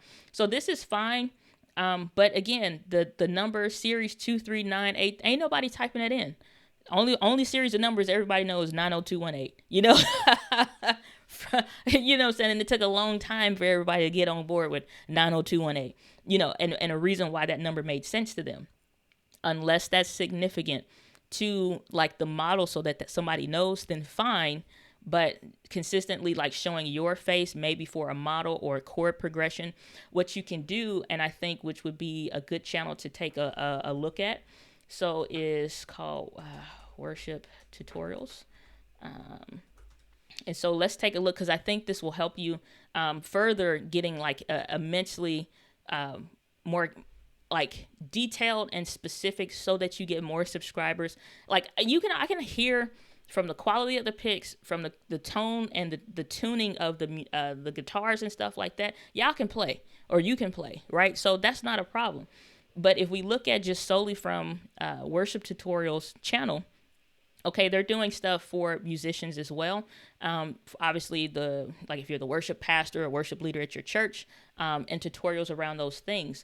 So here's things that can help be more beneficial when it comes if you're doing a chord progression, if you're doing something that's more specific, and you're making me go over 2 hours, if you're going or potentially hit that 2-hour mark, then you can look at like this makes this valuable to the viewer. That's why also when you're looking at a certain kind of tutorial, sometimes it helps to show that user interface because they're already familiar with that or they're trying to learn that.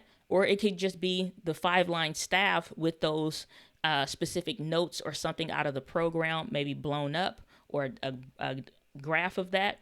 So like something like this, he does these kind of things so you know it's that song, it's that cover or whatever, so that makes sense. versus when he's talking about like he does these patch builds and they'll sell those. So if you have those available, then that's helpful. Okay, all of this stuff is specific to somebody in that space, speaking your audience's language. I think you're doing that, but also taking advantage of the what, right? What are they used to seeing? Like alluding to familiarity is always going to be key to winning attention. So the fact that you're speaking your audience's language, the fact that they're talking about something that they know, don't just let it be the same consistent thing, because if I see you in the related tab on YouTube, for example, let's click on, let's say this video. All right. So if I'm looking in this, excuse me, let me scroll down. So let's take a look at this related tab. If all of these were yours and his videos for whatever reason was suggesting yours, or yours showed up, all of your thumbnails look the same and I can't easily identify one or the other. So you want to allude to familiarity to the audience of who you're speaking to, right? And so again, same thing. If you're looking for the acoustic guitar Helix patch or whatever, and it's using whatever specific board, like so puts in my mindset the Rodecaster Pro kind of a board or a mixer board, same thing. Worship guitar pedal. All this stuff alludes to familiarity to somebody in the space. You know what a Line 6 Pied Go kind of you're familiar with that. So if we go to your channel, whatever the D18 is, knowing that those are guitars, have that thing in the shot. It should be checking off instant yeses for people a lot of times. So I would revise the thumbnails, take up some of that real estate, probably redo the channel page with the things that people most often look at. So if we go to sort by most popular, here are the things that have hit the hardest. And well done to, again, all the work that you are doing. This is just going to help make it easier for people to keep saying yes and say yes faster to your channel. Videos look great. Quality looks great. And when I'm saying quality looks great, even at the 10-year-old video, somebody being able to see the wood grain of the guitar, the neck, and all of that stuff, like the strumming, all that stuff matters.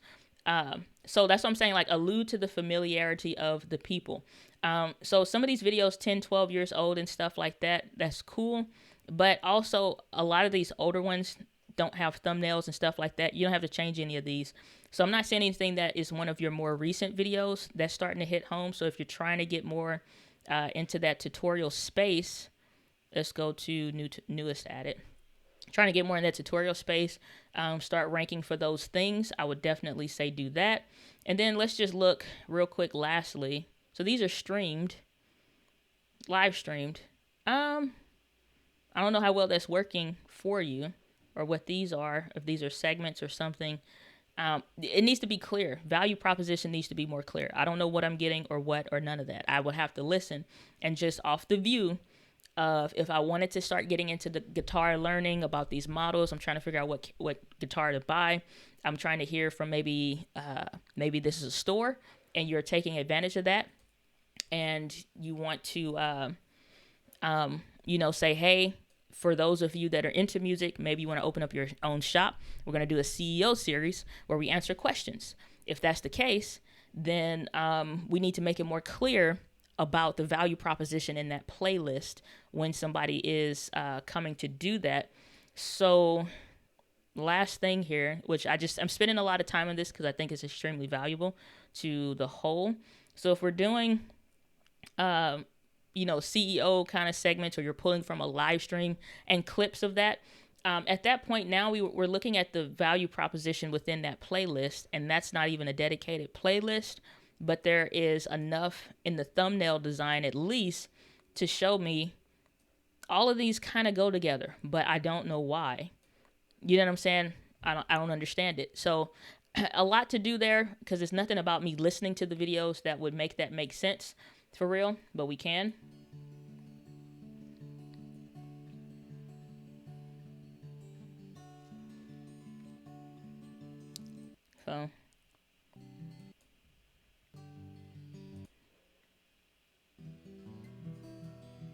So I mean, it's fine leading with the what, but again, I would say, what questions are people asking? What are people wanting to know?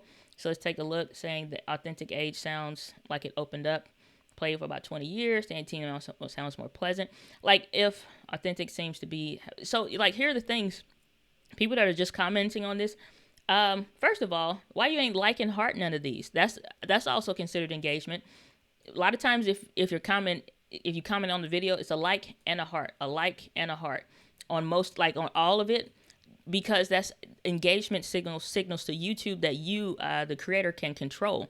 So if we go to the channel, and like for mine, for example, and we go to the dashboard, and we go to comments, these are comments that I haven't responded to, but people that do, and it's like, if I see this and I enjoy these videos so much, like how you provide so much detail and technology, I'm gonna hit the like, I'm gonna hit the heart, and I don't do these baseline reply whatever stuff. You took time to reply to me, I'm taking time to reply to you, so I actually reply to my stuff, say exactly what I say. So appreciate you saying that and watching the video. I'm glad it provided value for you. If you have any specific questions,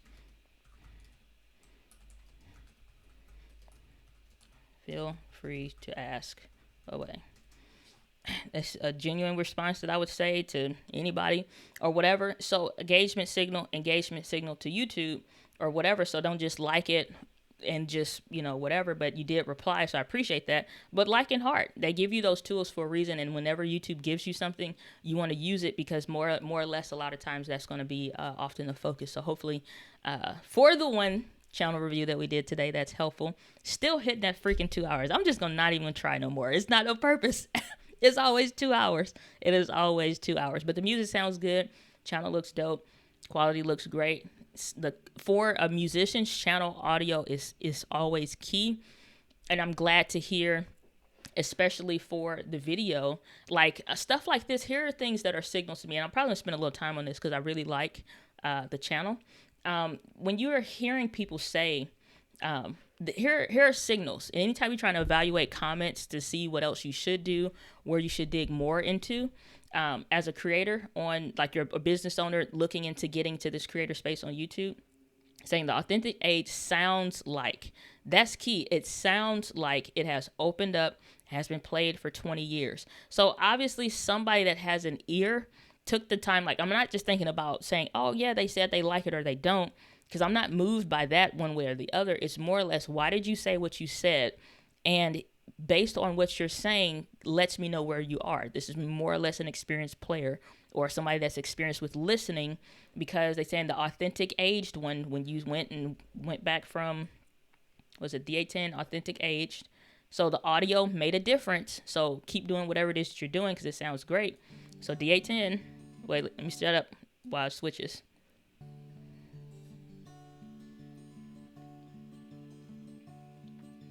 So I don't have that an experienced ear for guitars, acoustic guitars or something like that. It'd be different if it was a reed instrument or something like that I am familiar with. But, the fact that people are saying like sounds pleasant and balanced, like you're doing an amazing job with the audio level value that should be on a music channel is there. So many times I'll hear people that have the wrong microphones, the wrong audio settings, the wrong audio preamps. People can't authentically judge the gear and the equipment because it's not properly represented in the video. So you're doing an amazing job to communicate that, and it shows in the comments of what people are saying. Saying the authentic seem to have more projection and volume. So, I'm saying? It's just like that kind of stuff is a winner. And this video is shorter, and compared to some of the other videos, it's kind of hitting right in that same point. It's only a day old. But be careful with not burning yourself out with daily content or whatever, or streaming. It's one thing, like I said, you can do streaming for engagement and stuff, but if somebody's trying to binge your channel, they got a lot to watch and not a lot to digest at once. So if you're doing more rapidly paced content, nothing wrong with that. Just be careful and know yourself so that you don't burn yourself out or your audience out with the content. And so if you're streaming, why is this being streamed versus recorded content? Because what you can do, some strategy sense is there, if you're doing something like you've been doing a comparison between these two, do some recorded videos, let people form an opinion. And then you can do like, of these 2 or 3 videos that you saw this week, here's a live stream of the whatever, and now ask your questions. Because sometimes it's like, hey, what do you think about this versus that? People are like, I don't know, I only saw 1 video from you. So, think about that. But that's what I would say. Amazing job, fantastic job, and kudos to you. A lot of good things you're doing right, just a few things to change that can just really make people say yes to you faster, and see the value in the channel, that the value in your channel that's actually there. My Castle Life saying it was fun hanging out with y'all. Be safe. God bless. Good to see you, brother. Glad you're here. And peace out. I hope you have a good day. Sam saying, to be clear, I don't need a full frame as I use Ecamm and Zoom essentially, but in post I work in Final Cut Pro. So which two should I debate on the A7S III versus? Well, then if you don't know, you don't need full frame. It's not really a debate. It's just a matter of screen orientation and some slight features maybe. At that point, it's not these. I wouldn't even, like I said, if you don't need full frame, don't get it then. It's just extra money for no reason. If you're still going to pretty much do the same thing, you can get the A6600. You want the different screen orientation, maybe a little less customization in the buttons because you don't have as many. A7C then. Similar-ish price ranges, still can fit the same lenses. That's it. I wouldn't even say the A7S III then. But watch some videos on it, see which one you actually like. But if you're trying to compare, it's not really the A7S III then. But if you want it, get it, because ain't nothing gonna compare to it. Honestly, it'll either be overkill or it'll be enough for what you need right now with plenty of room to grow, because you actually plan on growing up to the skill level and to unlock everything that camera has. So it's still the same answer kind of, but you got to make that decision. I can't make that for you. My Castle Life giving some props to Marius Music, saying good points. India in the house saying, hey y'all, of course I'm late. Say, Diana, how long did you say? Mind your business, India. All right, mind your business. We said 1 hour, it didn't happen. We're almost at 2. Y'all know how it goes. Whatever, I try. Okay, I said I see it's been 96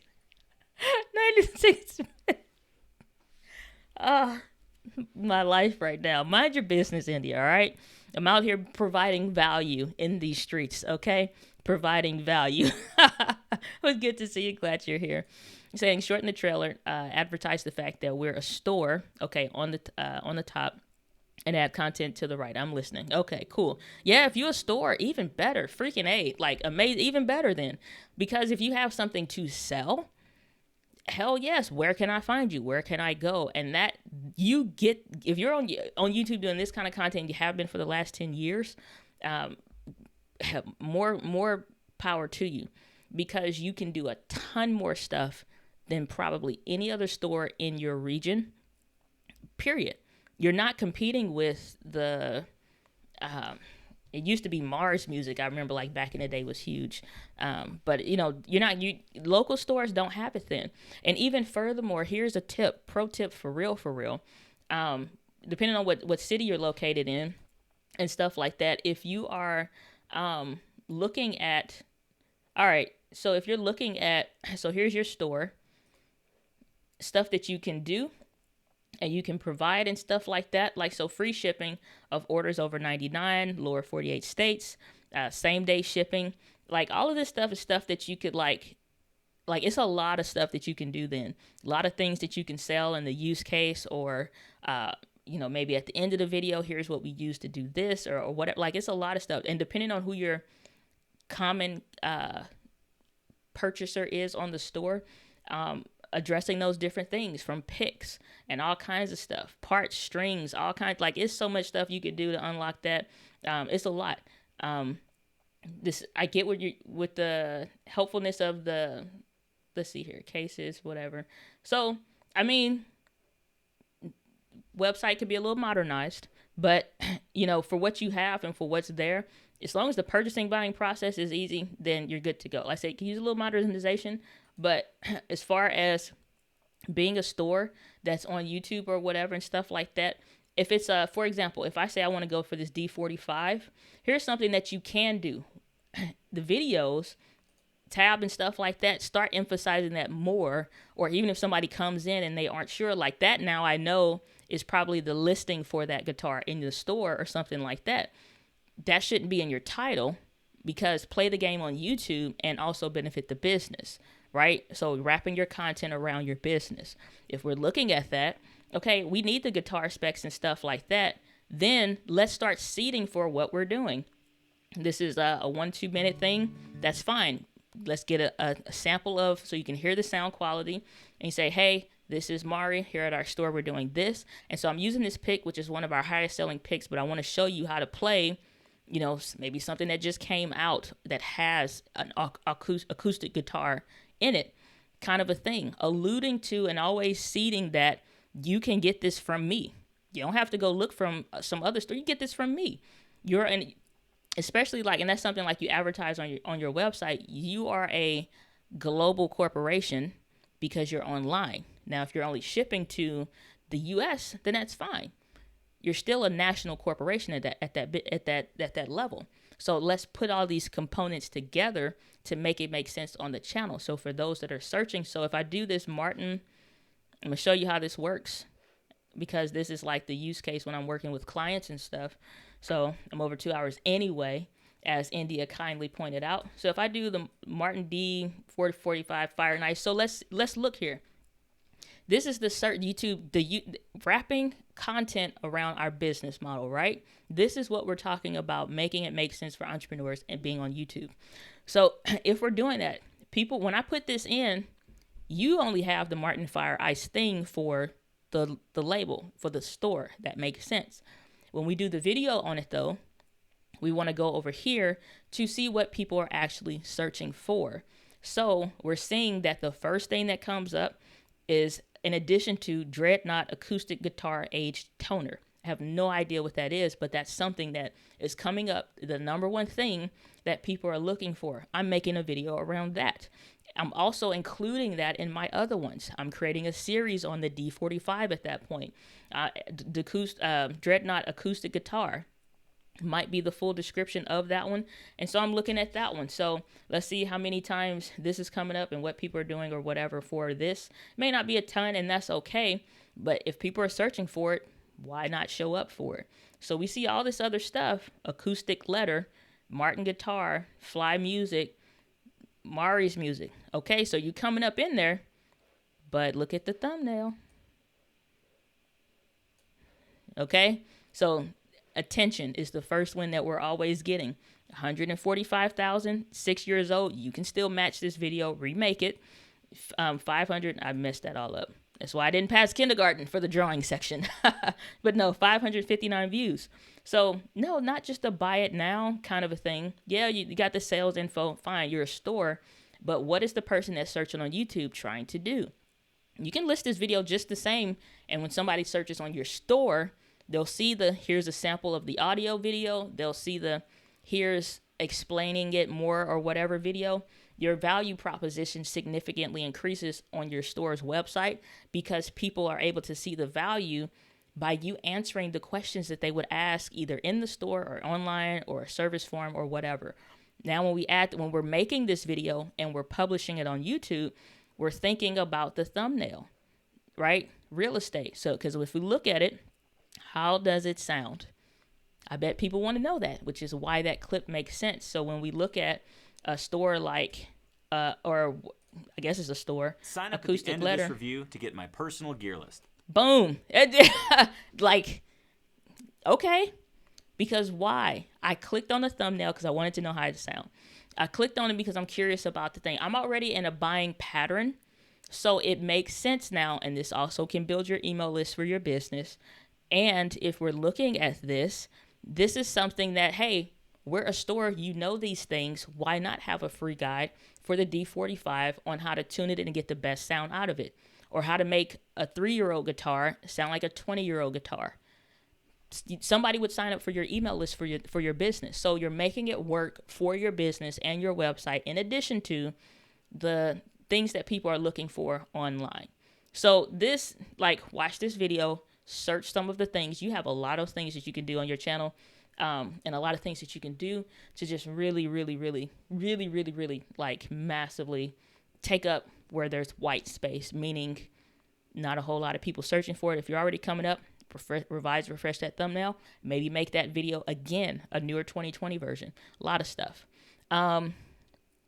Say YouTube stay effing up, not sending me notifications when you go live. Yeah, I'm gonna have to do probably commit to, and I was thinking about this today before, I probably like every day, not every day, good Lord, every Friday, unless it gets canceled, every Friday at, not 5, what am I thinking? Every Friday at noon Central Standard Time is probably going to be moving forward the date and the time for the live helpcast. They're already on a Friday. It's usually between 11:45, maybe 1 o'clock if I need some wiggle room, but I'm gonna try to clear what I do have on the calendar to make a dedicated date time so y'all know moving forward, and probably just put that on the channel header for every Friday at noon, unless otherwise specified, or a live stream gets canceled if something happens, that y'all can expect the helpcast, because YouTube does not notify apparently, and I didn't send an email out because I'm thinking 1 hour and it doesn't happen, so it never does.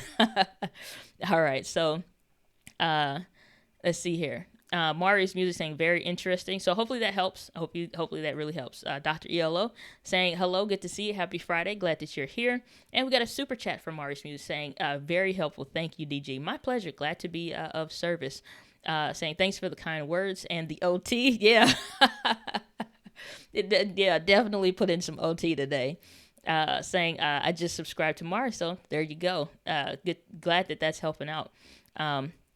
So good to see you. Glad that you're here. I'm not sure how to pronounce that or translate that. Saying, hi, I love your content. I bought the M50 with the kit lens. What wide angle lenses do you advise me to add? So that would be, if you want a wide angle lens that'll fit the M50, then you're looking at the 11 to 22. And that'll fit natively on there, and it'll give you a wide angle. You could probably find this used, whether it's Facebook Marketplace, whatever is native to, like a native marketplace. I know in like Canada, they have like Kijiji and some other, so like whatever's native to where you're located. But this is the specific lens. You don't have to get this one exactly, but if you're looking for wide angle, this is what Canon created. And so again, you can find these cheaper, you can find these used than this. And this is like if you're vlogging, you're outdoor, you just need a wider angle kind of a thing, then you can start there. And I think that's a good place to start. If you need anything more specific, feel free to ask. And what lighting options should I take? Okay, so I think LED light panels are the best to start with. Let's see, Viltrox LED, because they're small. You can maneuver them however you want to. So from the living room to your office, or from your home office to your regular office. So any of these LED light panels, like Viltrox, this is the one that I use right here, is something that I would recommend because they don't take up a lot of space, and you have a lot of versatility and flexibility. If you need one that's cheaper, I also have this one as well. That is that light that you see here. That's that $44 one. You can find it cheaper because that one includes the battery. I already had a power cable, but that's that light that you see across that back wall. It just has a pink diffusion material that's like this, but just bigger. That's making that show as pink. So you can use that if you're looking for that, but I would say LED light panels for there. Let's see here. Saying all good, Diana.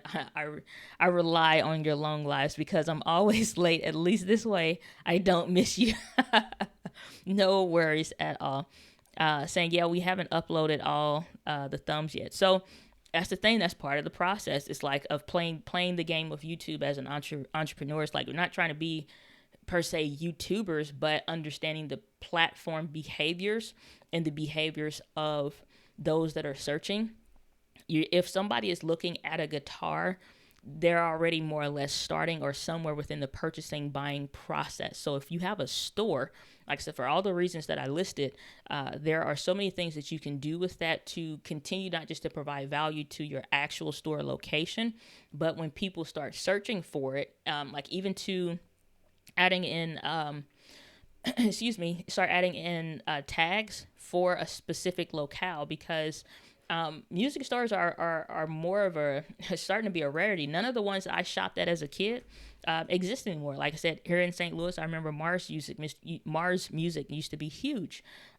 So let's say, let me find out, because I clicked on the store so I can see the where on the contact us.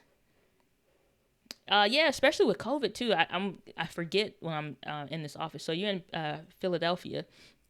So if we're looking for music stores, let's say best music stores in, say, Philadelphia.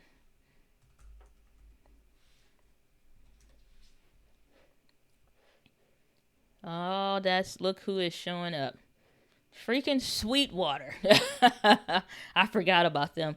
But yeah, so like best music stores in Philadelphia. You know, why not? It should be my store. Welcome to Mari's Music. Here's what we offer, or whatever. I would do some stuff like not just in the set space, but, you know, some different things. Like if we're talking about picks, most of the time I remember going into the music store, picks would be on the counter.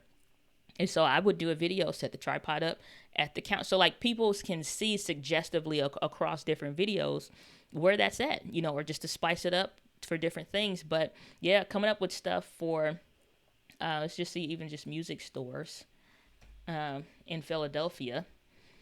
That kind of stuff still comes up with different things. So even still for like that one, 590 searches per month for music stores in Philadelphia. If somebody wanted to see, you can add that kind of stuff to your Google profile for, was it like the Google business account or whatever, to get you to show up in search on Google. These videos also come up as well. So there's something for there. So knowing what things are you doing that contribute to somebody's experience when they come to your website, if they found you on Google, so they can still see the videos. But how much better is it for them to also do business with who they're learning from, because you're taking care of the full scope of my buying process, from not just me buying the guitar and you're like everybody else in town, like, see ya, good luck to you, and watch whatever tutorials you can find. But no, we also do tutorials. So part of the conversation in emails, part of the conversation in phone calls, and when you do have a customer that maybe comes in, would be about, I have in my email, did you know we make guitar tutorials on YouTube, kind of a stuff. So, you know, all those things. So yeah, it said 100-pound gorilla, you know, but yeah, it's like, and that's the last comment. So, but yeah, all those things, man, a lot of things you can do as an entrepreneur. But we have reached the end of the 1 hour plus 1 hour live stream that don't ever happen ever. But nonetheless, I hope you all got a lot of value out of today's live stream. And as always, it is a pleasure to be here to serve you. And see you on the next video.